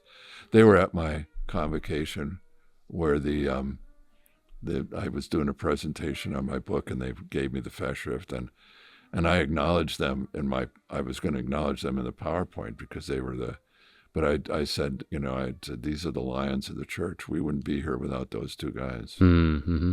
And the battles they fought with the mission board over the Russian project. I mean, so all these stories that I hope it's okay telling them, but I think. Yeah. Yeah. That's how we got here, yeah. That's how we got here. It's the history. Yeah. The untold history in some ways.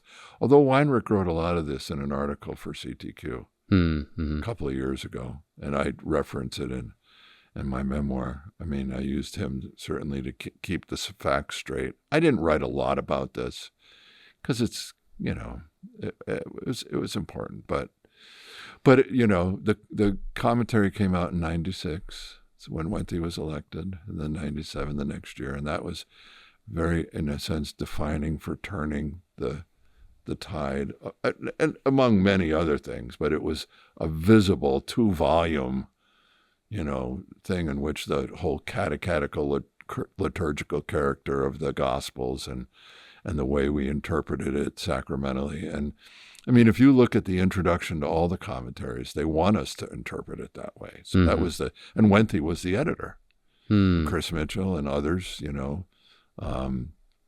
so they told us to do it that way. And so we did. And that all of a sudden kind of broke open that notion of what it meant to be somebody who, what I call now the Blick, that reading of Scripture. And that sense of Emmaus being what it is, I think a lot of the people who say Emmaus can't be the Eucharist are doing it for dogmatic reasons, because the confessions, there's a statement, they say, we don't mind if somebody says it's the Eucharist, but they're not as strong on it. There are places where Luther and Bugenhagen kind of, downplay that. But like I say to people, nobody's approaching it from the perspective of Luke's gospel. If you know Luke's gospel and you see what he's doing in Luke's gospel, it has to be the Eucharist. There's no other way for him to be able to talk about it if it wasn't the Eucharist, and it's climactic. It's and it reflects the history of the church since then. I mean, it is the defining story, real story, historical story for how we got the structure of the liturgy, and the fact that certainty and kind of that ultimate communion and union with the flesh of Jesus takes place at the table at the celebration of the Lord's Supper. So what would you say, how would you, having that experience, and you're still teaching at the seminary, so where do you see us today? And, I don't know if you have any thoughts on this phrase, but, I've heard, if you're kind of thinking of the LCMS, I've kind of heard it described as a dinosaur as well. Yeah. I don't know if you have any thoughts on kind of that. I've used that language. Okay, yeah. I didn't want to pin it to you unless you want to know. No. I mean, I've used that language, and I don't mean it in a theological way. But I mean, I think what you see in Missouri is what you see in the culture, and that is that we have all these different tribes, and they can't get along. And there's I don't know how this is playing out in the bigger world, but remember, modernism was always about big corporations, big institutions, things that had a kind of a large sort of kind of reach over. My dad worked for GE. Look at GE now; it's totally broken up. modernism was the belief that you could, overcome our human, foibles because we through our rational capacities we can, conquer poverty, war on poverty, war on terrorism, these kinds of things. And the thing about modernism is that it was a complete and total disaster. I mean, the height of modernism is the 20th century, and look at the 20th century: world wars, holocausts, pogroms. I mean, the greatest example of modernism is the Soviet Union, communism. And because we're going to, by our human capacities, create a society that everybody is, equal and we're all together. And look at it. It destroyed Christianity. My maternal grandparents are from Romania, Transylvania, and they've been Lutherans there since the time of the Reformation. And these Transylvanian Lutheran Saxons survived everything but communism. And when communism came and they had a chance to get out, they did. Communism is soul destroying, and it doesn't work. Socialism doesn't work. These things are big, big things. Well, the Missouri Synod is kind of that way. It's a big organization. It's trying to keep all these things together. And I'm not sure that we have the capacity to do that anymore. I would like to say we can, because we're not that big. But, I think you see that we have a lot in common with others, not just within the Missouri Synod. In the Missouri Synod, there are a lot of things in Missouri Synod where we don't have in common. We're not all walking together as I think we should. And honestly, Brian, I think a lot of it is because of the influence of the Fort Wayne Seminary. Confessional Lutheran theology has threatened people, and it has caused people to kind of develop into, places where they want to do it differently. I think this whole rise of these alternate routes to ordination is because they don't like what the seminaries teach. Mm-hmm. That's basically it. They want to do a different theology. They want a different church. They want a different kind of church. So this is why I say I think it's a dinosaur, because it's something that you can just see that the breaking up of big corporations, big institutions that modernism created in the postmodern world, it's going to be very hard, like, the poem says, to hold the center together, that it's just starting to splinter apart. And, you need, the kind of strong identity and sense of who you are to be able to pull all this stuff together. And I still think that, what I would call an evangelical Catholic vision that is sacramental and liturgical, and, what we talk about all the time with our colleagues, our good friends who have the Blick, I think that's the way to go. I really do. I do think that there is an impulse to not recognize how what binds us together is Christ and the liturgy, and we think that maybe doctrinal statements and propositional truths is what does that. And they're not insignificant. They're very important, don't get me wrong. But I think, a unified worship where people can go into the same church, no matter where they are, and have the same liturgy and, the same sort of, that's one of the reasons why some of these liturgical churches, like especially Orthodoxy, but even Roman Catholicism, are growing, because there is a sense that they're going to get something that is predictable every day, that tradition. People are yearning for that. And, here's the sad thing. This is why I wrote this book, is I think Lutheranism has it better than anyone else. We do. We have mystery, we have liturgy, we have doctrine. We've got a great interpretation of Scripture. We've got really, I think it could be healthier, but a good doctrine of the ministry. I think we do understand church. We've got a law and gospel that in the right sense is just exactly right. And we're in continuity with the Catholic Church. And maybe the biggest gift we have are the Lutheran confessions. I mean, that is an enormous thing, but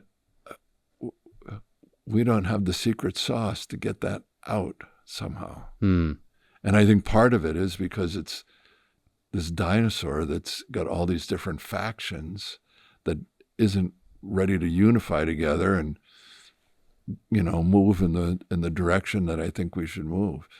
And that's why I love our seminary, because and this is since I came with Preuss, and we've gone through suffering to get there. But we said, especially when Wenthe became president, we didn't think about it when Preuss was, but when Wenthe became president, we said, we're going to double down on who we are and let the chips fall where they may.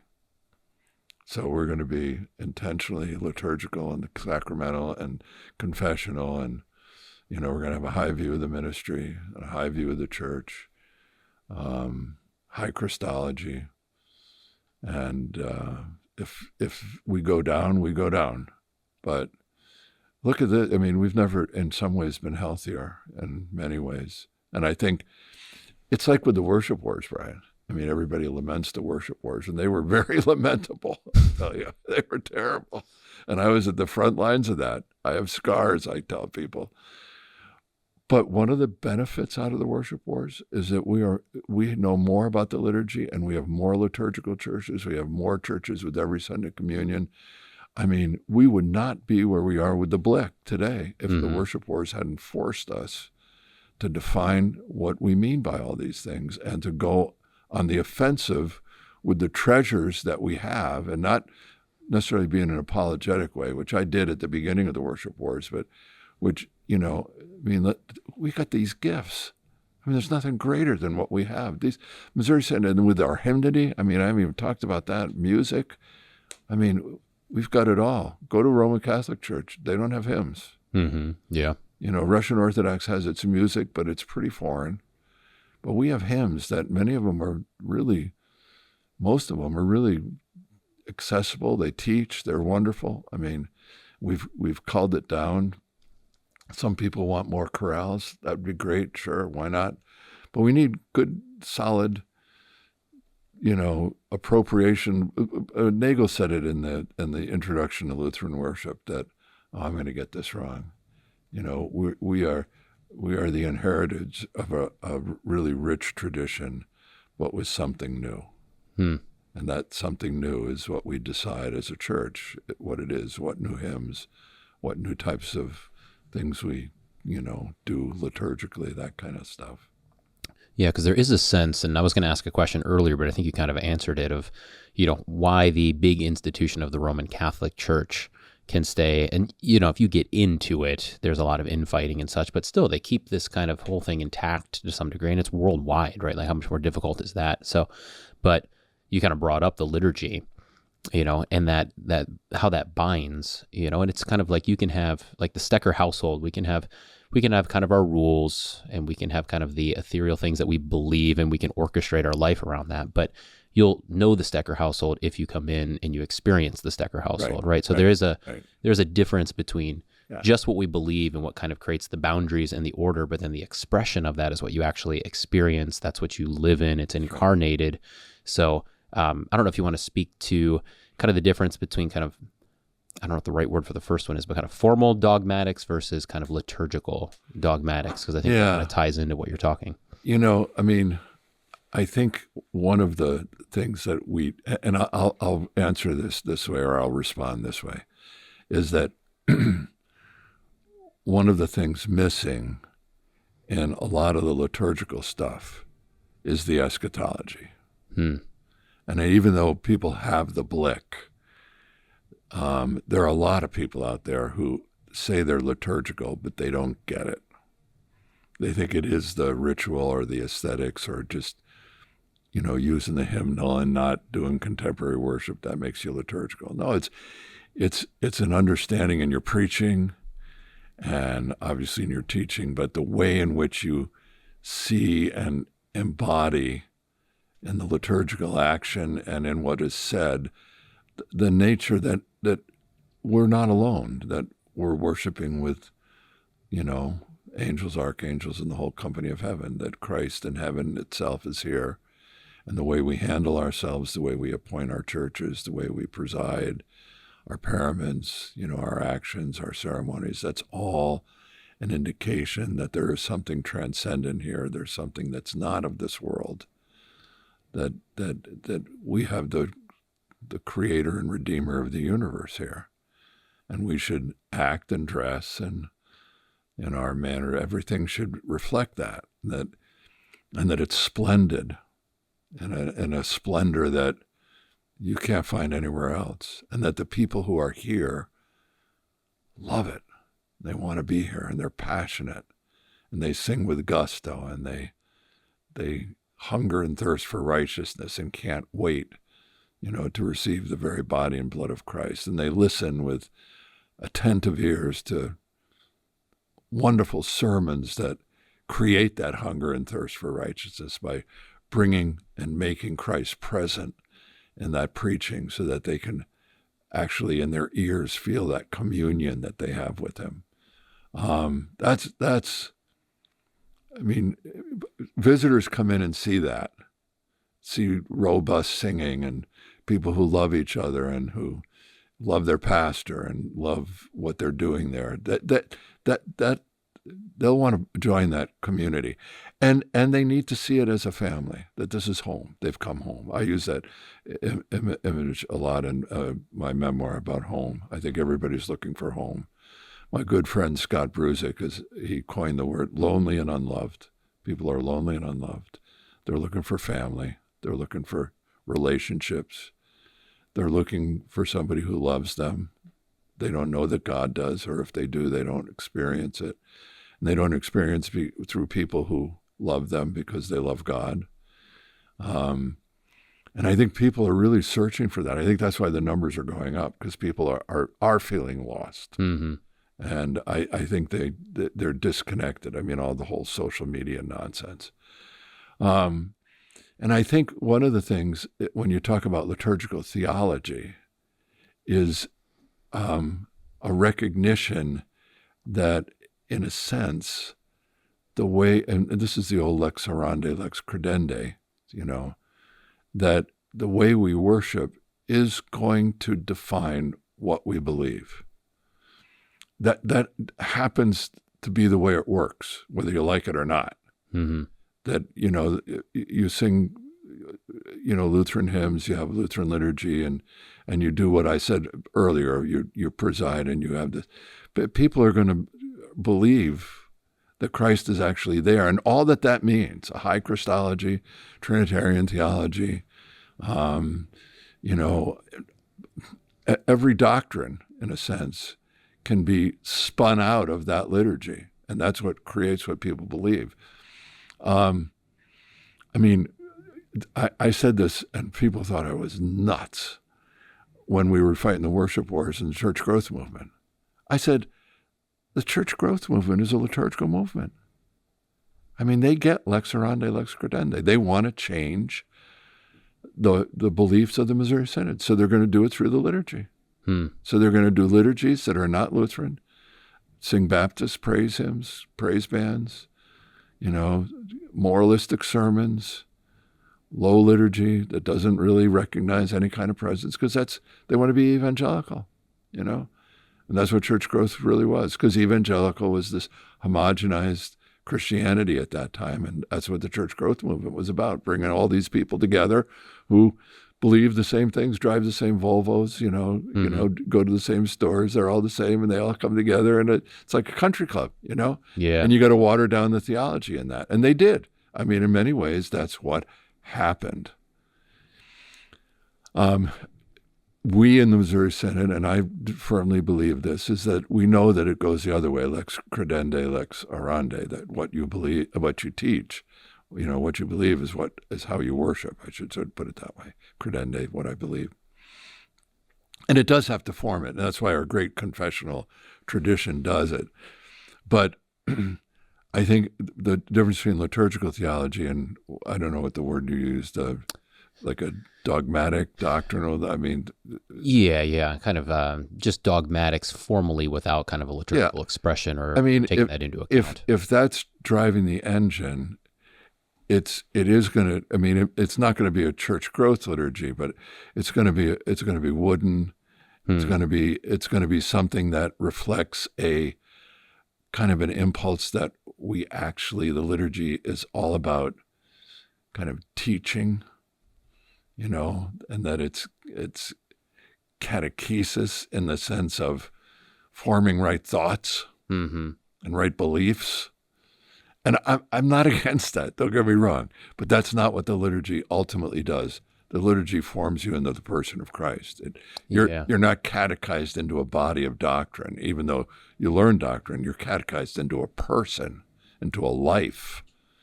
And when you come to the liturgy, you're not confronted with dogmatics. You're confronted with a people who, are a reflection as the body of Christ of the one who is present there in the flesh. There's a really cool part, and I talked with Weinrich about this, but there's a really cool part in that hideous strength. So this is C.S. Lewis's trilogy, and in that hideous strength, there's this point at the end of the book where basically, he's got this whole thing that kind of angels are attached to the different planets and such. So there's a point at the end here. It's kind of, that hideous strength is a poem about the Tower of Babel. So it's kind of a repristination sort of, kind of in a modern sense in England where this takes place. But there's this great chapter, it's kind of mind-blowing, where these kind of angels come down that represent different things. So like charity comes down, and then it describes what takes place in St. Anne's Manor, kind of where the good guys are, and like what it just kind of overtakes the house, and everyone acts in these different ways. But there's this point where language itself comes down. And Ransom, who's the main character, basically says he would have been undone. Like his mind would have just like kind of melted away if it wasn't for his study of poetry.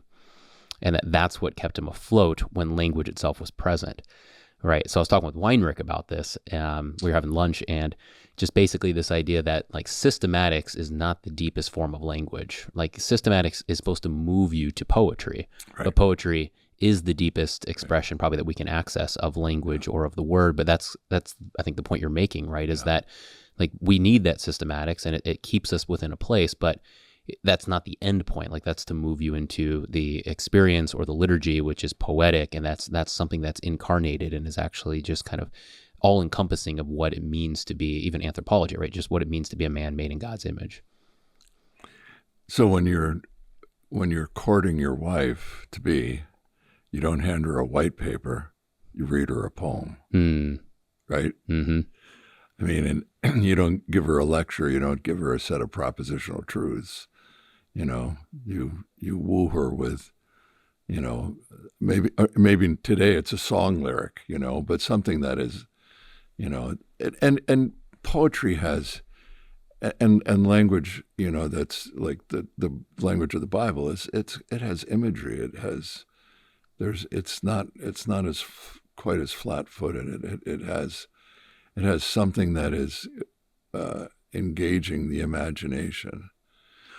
One of the things I talk about is the sacramental imagination. It's not my word, but I think it's really a good way of thinking about it, and that there is a mystery there, and love is a mystery. It's not a flat-footed argument. It's, and that's why the liturgy is the way it is that it is, there's a certain mystery, there's a certain character to it that is poetic too, and it has a ritual rhythm that is so important to the nature of. I think one of the things we were going to talk about this, so I'll move to this direction. I think that one of the great benefits of the Blick, of heaven on earth, this whole thing we're talking about, this Eucharistic theology, this nature of the presence of Christ, is in pastoral care. And, I had my sort of my conversion to going to the seminary at SUNY. And I would say when the Blick clicked for me was when I was taking care of a boy in my congregation who had cancer.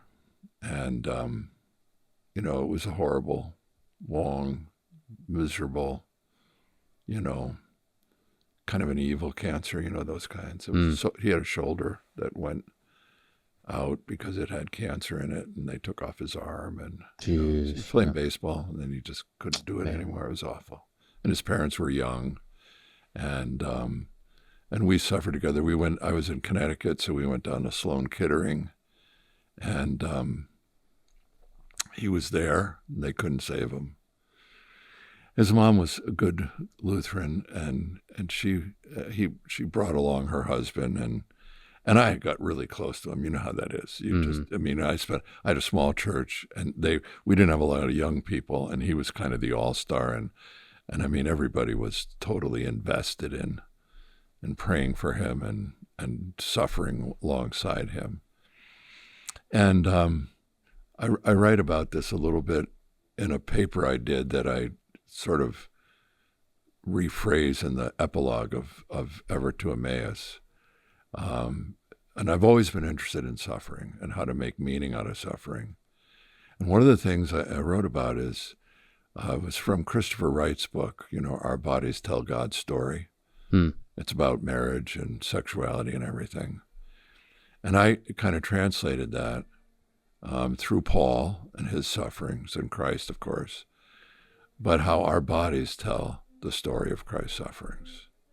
And I used a Korean philosopher at the beginning of this paper I did for Symposia, who really chastised Christians during COVID for kind of giving in, because they had the narrative to make meaning out of suffering. They had the words, they had the language, and they didn't use it. They didn't use it. And when I was working with this young boy, should we stop for a minute? No, we'll be okay. Bennett's going to yell at him. We've got a band walking by our door here. If you want to keep going. Yeah. Keep going? Yeah. Okay, and you can edit all this, yeah. Right? Yep. Okay. But when I was working with that young boy, and I didn't know it at the time, I didn't have this, you know, way of thinking about it, but I didn't have the language to talk to his parents, especially after he died. And that's when I always say I discovered the Blick, the angels and archangels and all the company of heaven. And I was studying with Kavanaugh at Yale, so that fed into it, and it must have been what propelled me to that. But I mean, I told them, I went back that week after he died right away and said, you know, come to church because your son will be there in Christ because of the angels, the archangels, and the whole company of heaven. And they came, and that was comforting to them. My sermon, you know, at the funeral, which said Christ was in heaven, didn't comfort them. But what comforted them was knowing that heaven was on earth and that Chris is in Christ, and so he's here with us now. And that's that whole notion of heaven on earth, you know. Well, it was 2 years before this that Linda's sister was in Dallas, Texas. And Linda's your wife. Linda's my wife, yeah. Barbara is her sister's name. She was the middle child. And she was married to somebody who Linda had gone to school with, and it just didn't work out, you know. It was really sad. And Barbara wanted to stay in the marriage, but he realized Barbara wasn't for him. He was a lawyer, and he was a big sports guy, and he just had a different vision. And he said, you're not the one for me. So he divorced her. And so she was alone, was working. And it was on September 11th, 1980. She was driving to watch a Thursday night football game with two co-workers. And there were two guys in a car. She had a Mustang convertible. They saw her, and she was a beautiful girl. And they followed her. It was the guy driving, the guy who was the leader, Fletcher Mann was his name. It was his bachelor party. And their bachelor party were to kill the two of the three people. One of them was Barbara. But before they killed her, they of course tortured and raped her, and it was horrible. And he said at the trial that what inflamed him more than anything else was that as he was about to kill her, she was praying the Lord's Prayer. Mm-hmm. And, that was the worst thing. I mean, it was the worst kind of thing. He was Charles Manson. He wanted to be Charles Manson. And he was executed by George Bush. I went to school with Jeb Bush. So I had kind of a little inside to the governor's office, and I was all for it. It happened he was executed in 1995. But when I discovered the angels and archangels, I went to Linda and I said, Barbara's with us all the time, And when we go to the supper, she's there, and I think of her at every Eucharist, because that's our comfort. Linda's grandma, who was very close to Barbara, was just undone by this. I mean, and she was a tough old lady, and she was a tough lady on every level. And she went to church with us, and she was one of those Wisconsin Lutherans, and that this isn't about Wisconsin, but the Missouri Lutheran, you go 4 times a year. Because if you go more than that, it's too showy, And she noticed Linda and I went all the time, and she was kind of at lunch one day saying, it's kind of, and I said, Grandma, do you know about the angels and the archangels and all the company of heaven? And she, I guess, I don't know, we never talked about it. I don't know why. I mean, but I told her about that and why we go, and Barbara's with us, and she was completely undone by that. And she started going every week, and I think she never understood the Eucharist until that moment when she realized that. I mean, she knew what it was, forgiveness of sins, but it's so much more. Early on, Brian, when I was talking about this, when I was during the worship wars, and this was one of my big kind of final things to talk about this, and I didn't always tell Barbara's story in detail, but I gave him a little sense of it. I had people who would come up to me after I gave this, heaven on earth talk, and they would be angry. And they weren't angry at me. They were angry at all those pastors out there who for years never told them this. They said, why didn't I know this?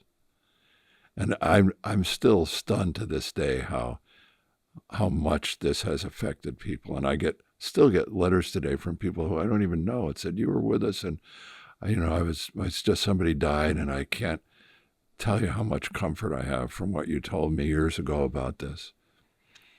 But I've never developed this a lot except in this essay I wrote for Symposia. But the way we make meaning out of suffering is by joining ourselves to the suffering one in the Eucharist, and helping people to understand that their sufferings tell the story of the Gospels. They tell Christ's story, and they tell the story of the whole. It's the story of the world, and it reaches its climax when we have that communion with Christ in the Eucharist, which is why we bring the Eucharist to people in sick rooms, so that their story and Christ's story can be united together in that simple old word and sacrament liturgy. In Naples, Florida now, in the winter, I don't know if I go down there. Mm-hmm. Yeah. And it's great. I mean, I preach every other week. I celebrate Eucharist when I'm not preaching. I teach Sunday morning Bible class, Wednesday Bible class. But the greatest is to I visit all the shut-ins. And I talk about this with them. Like every text I talk about, because most of them are nearing that. And I talk about what it means to be joined to Christ. And many of them are suffering, and that when they receive the supper, they're hiding in the wounds of Christ, and they're their suffering now has a purpose, a meaning, you know. And I can see it in them, how much that really just, you know, clicks. Not all of them, but most of them that have been good Lutherans and understand, it clicks, you know. And that brings me great joy. It's nothing better than that. So this Blick is the most intensely pastoral thing you can do. And I always tell students, I think the most pastoral thing that I do is when I take the body of Christ and I make them look at it, hold it before their eyes, and I say, the body of Christ given for you. You know, or I take the cup, the blood of Christ shed for you. That's the most intense pastoral act I do. I mean, everything leads to that point. That's why the whole gospel leads to Emmaus. All of it leads to that moment. And, you know the Flannery O'Connor story? Yeah, I love that story. Yeah. Well, everything else is expendable. Mm-hmm. And it's true. I mean, if it's just a symbol, the hell with it, you know. It's the center of my life, and everything else is expendable.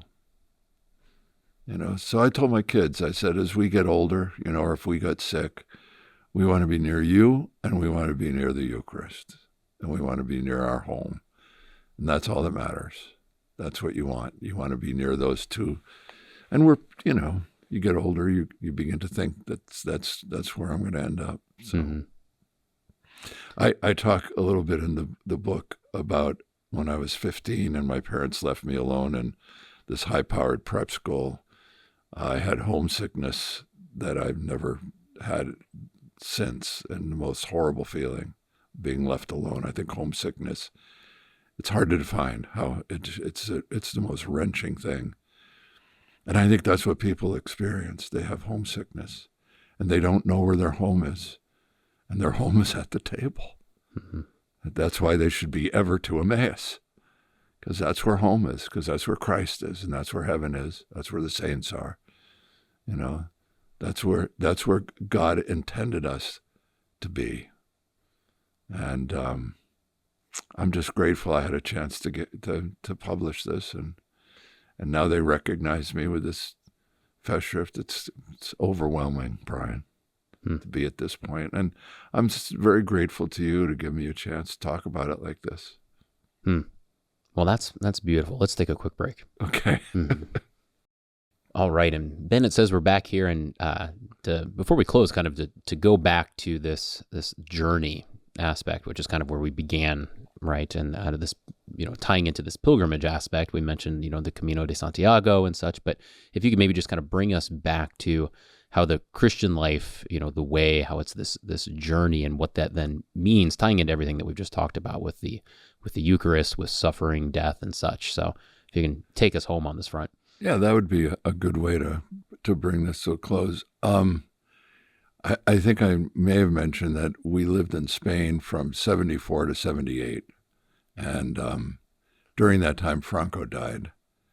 And that was a very defining moment for Spain. Can you describe who Franco was? Yeah, Generalissimo Franco is a totalitarian leader of Spain since the Spanish Civil War in the 30s.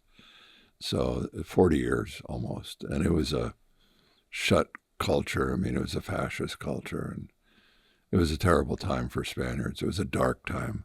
And we were in Bilbao, and they were anti-Franco. They were Basques, and they were some of the, you know, first terrorists. But anyway, we lived right near the Camino, okay? And I knew about the Camino. This is the northern route, not the classic one.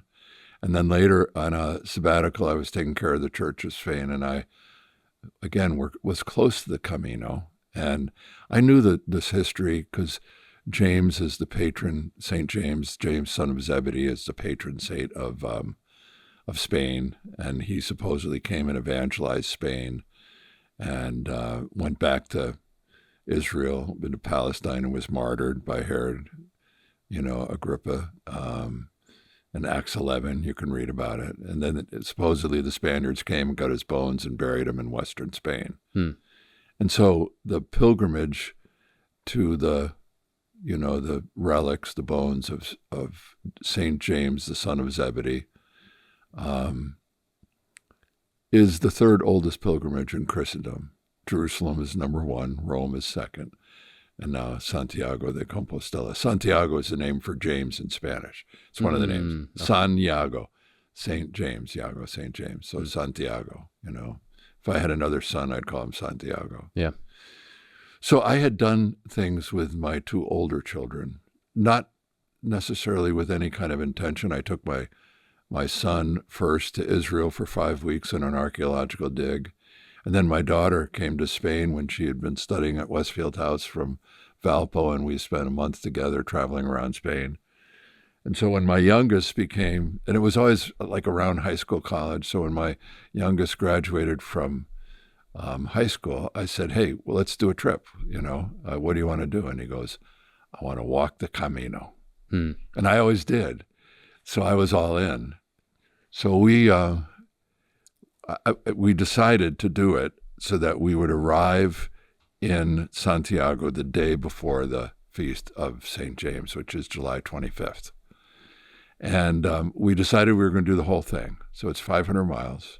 Oh, wow. And you start in southern France in Saint-Jean-Pied-de-Port. And you walk over the Pyrenees the first day, the Roncesvalles, which is in Spain. Those are impressive mountains. Impressive, yeah. We always watch the Tour de France every year. Oh, do you? They do a lot of the routes do that, there, yeah.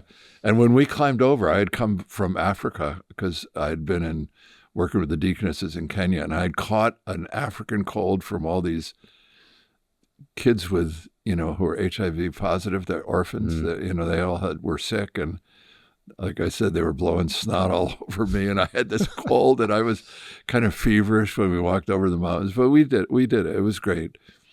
But one of the reasons we wanted to do it was because we wanted to get there for the feast, and we wanted it to be like the pilgrimages were in the old days, and that's why we took the most ancient, the Camino Frances, they call it, which goes more through the south and through the actually hotter parts of Spain. And we decided, this was 2008. So this is before cell phones. We had there were iPods, but we didn't take any electronics, none. We wanted to just, we wanted to walk and pray and just, kind of meditate and just do a pilgrimage. And we did. And I could just tell stories after story about this, but my son is the one who said it, and it was so right. This was after 5 or 6 days. He called me Pops. He goes, Pops, because it took us 26 days to walk, but we didn't get in a wheeled vehicle for 31 days. So we saw all of reality at the pace of our walking. And he said, that changes you. And it did. It did. I mean, the fact that you'd get up in the morning early and you'd walk 7 hours, you'd walk 20 miles more or less, and some of it was kind of rugged, and you'd stop to eat and the like, and people that we met along the way were quite extraordinary. We walked fast, so we always seemed to outpace people. But one of the things that really struck me and him, but me especially, is that when we would get together with people, and we always usually at night did, we'd eat together or something, or we'd walk together. Nobody knew why we were, what the whole Camino was about. They had no idea about St. James, his history, Peter.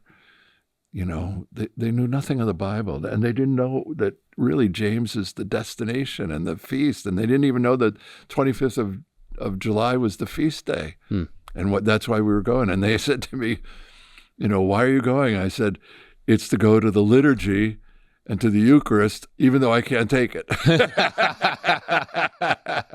So, and we'd laugh about that, but it gave me a chance to witness again and again and again, about the nature of journey and the nature of pilgrimage and why, people did this, because it's a movement to a holy place to honor people who had died for Christ, who had given up their lives for Christ, and it was a remarkable experience. Again, defining in my life in many, many, many ways. And the physical demands. I was 55, so I wasn't old, but I was one of the older ones. This was before the Martin Sheen movie on the Camino, so there were a lot of people, but still it wasn't like it is now. It's really, I guess, a traffic jam in some places. And at the end, we met a lot of Spaniards who we walked with.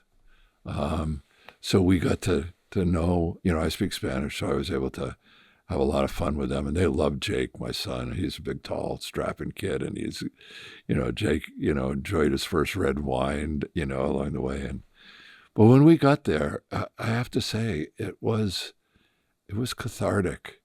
And to see the cathedral and to go in, and they have this, I don't know if you know, they have this boto fumero, which is this huge pot of incense that goes between the transept. Yeah, we watched that with Christian Einertson. Oh, did you? Yeah, we watched videos of that here on the podcast. Oh, gosh. And we were there for the feast, and the Spanish soccer team, football team, had just won the European Championship. So they were there. Oh, yeah. King was there, packed, and we enjoyed the Mass, and even though we couldn't go, as I said, but we stayed there a few days and celebrated it. But I think what it impressed upon me is how many early Christians, they understood, the notion that life is a pilgrimage to a destination, and that destination is to a saint and what is celebrated in the presence of that saint, which is the Eucharist.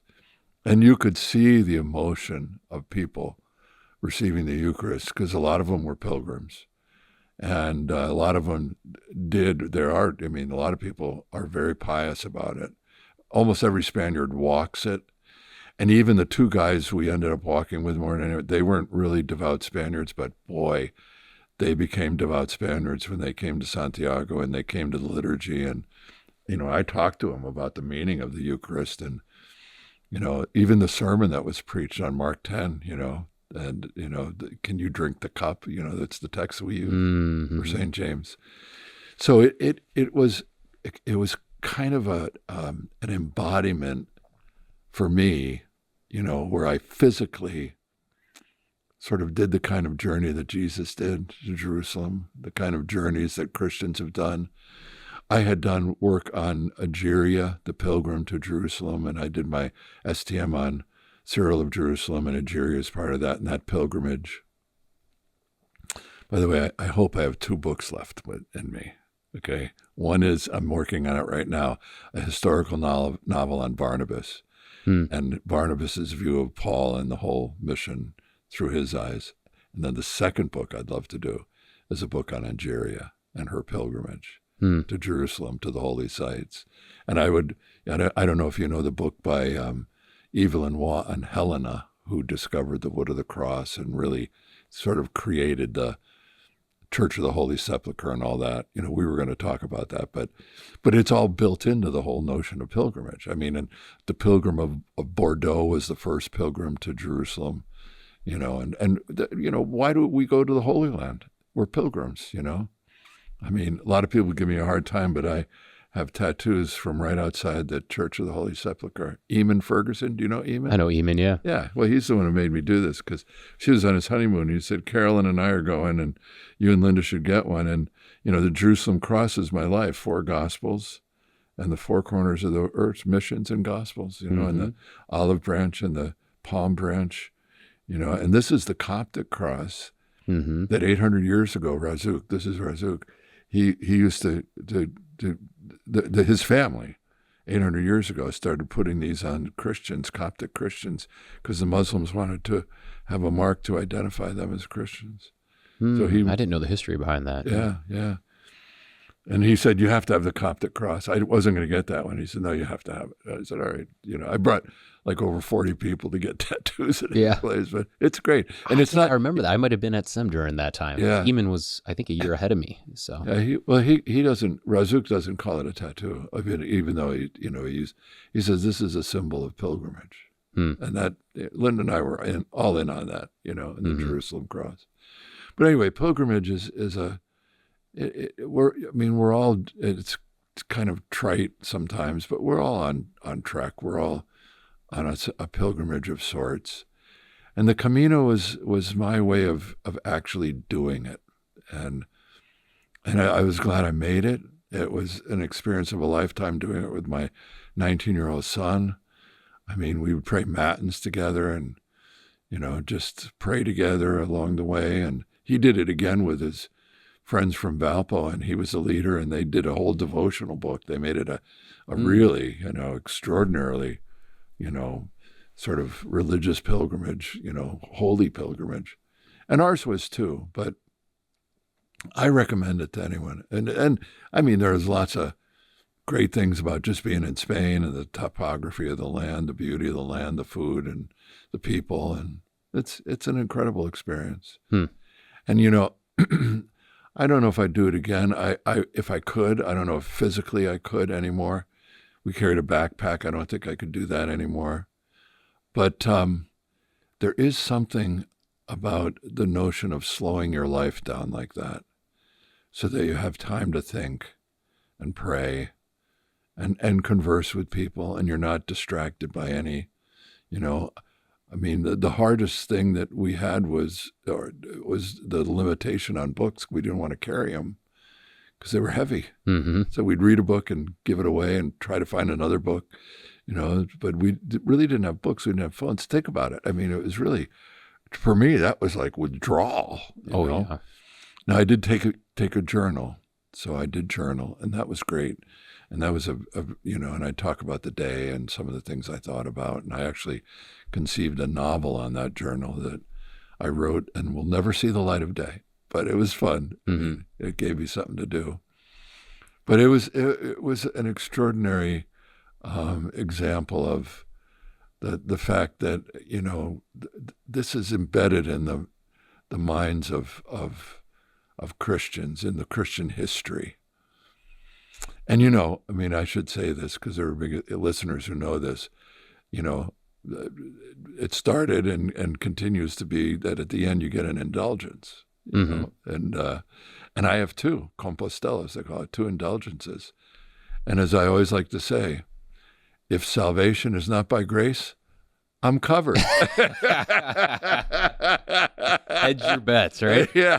So I have them hanging on my wall, so I'll just show them to St. Peter and say, hey, listen, buddy, I got two of these babies. But anyway. Oh, that's great. But it is, yeah. I mean, Luther kind of railed against Santiago because of that, but there's a way to redeem that too. There's so, but anyway.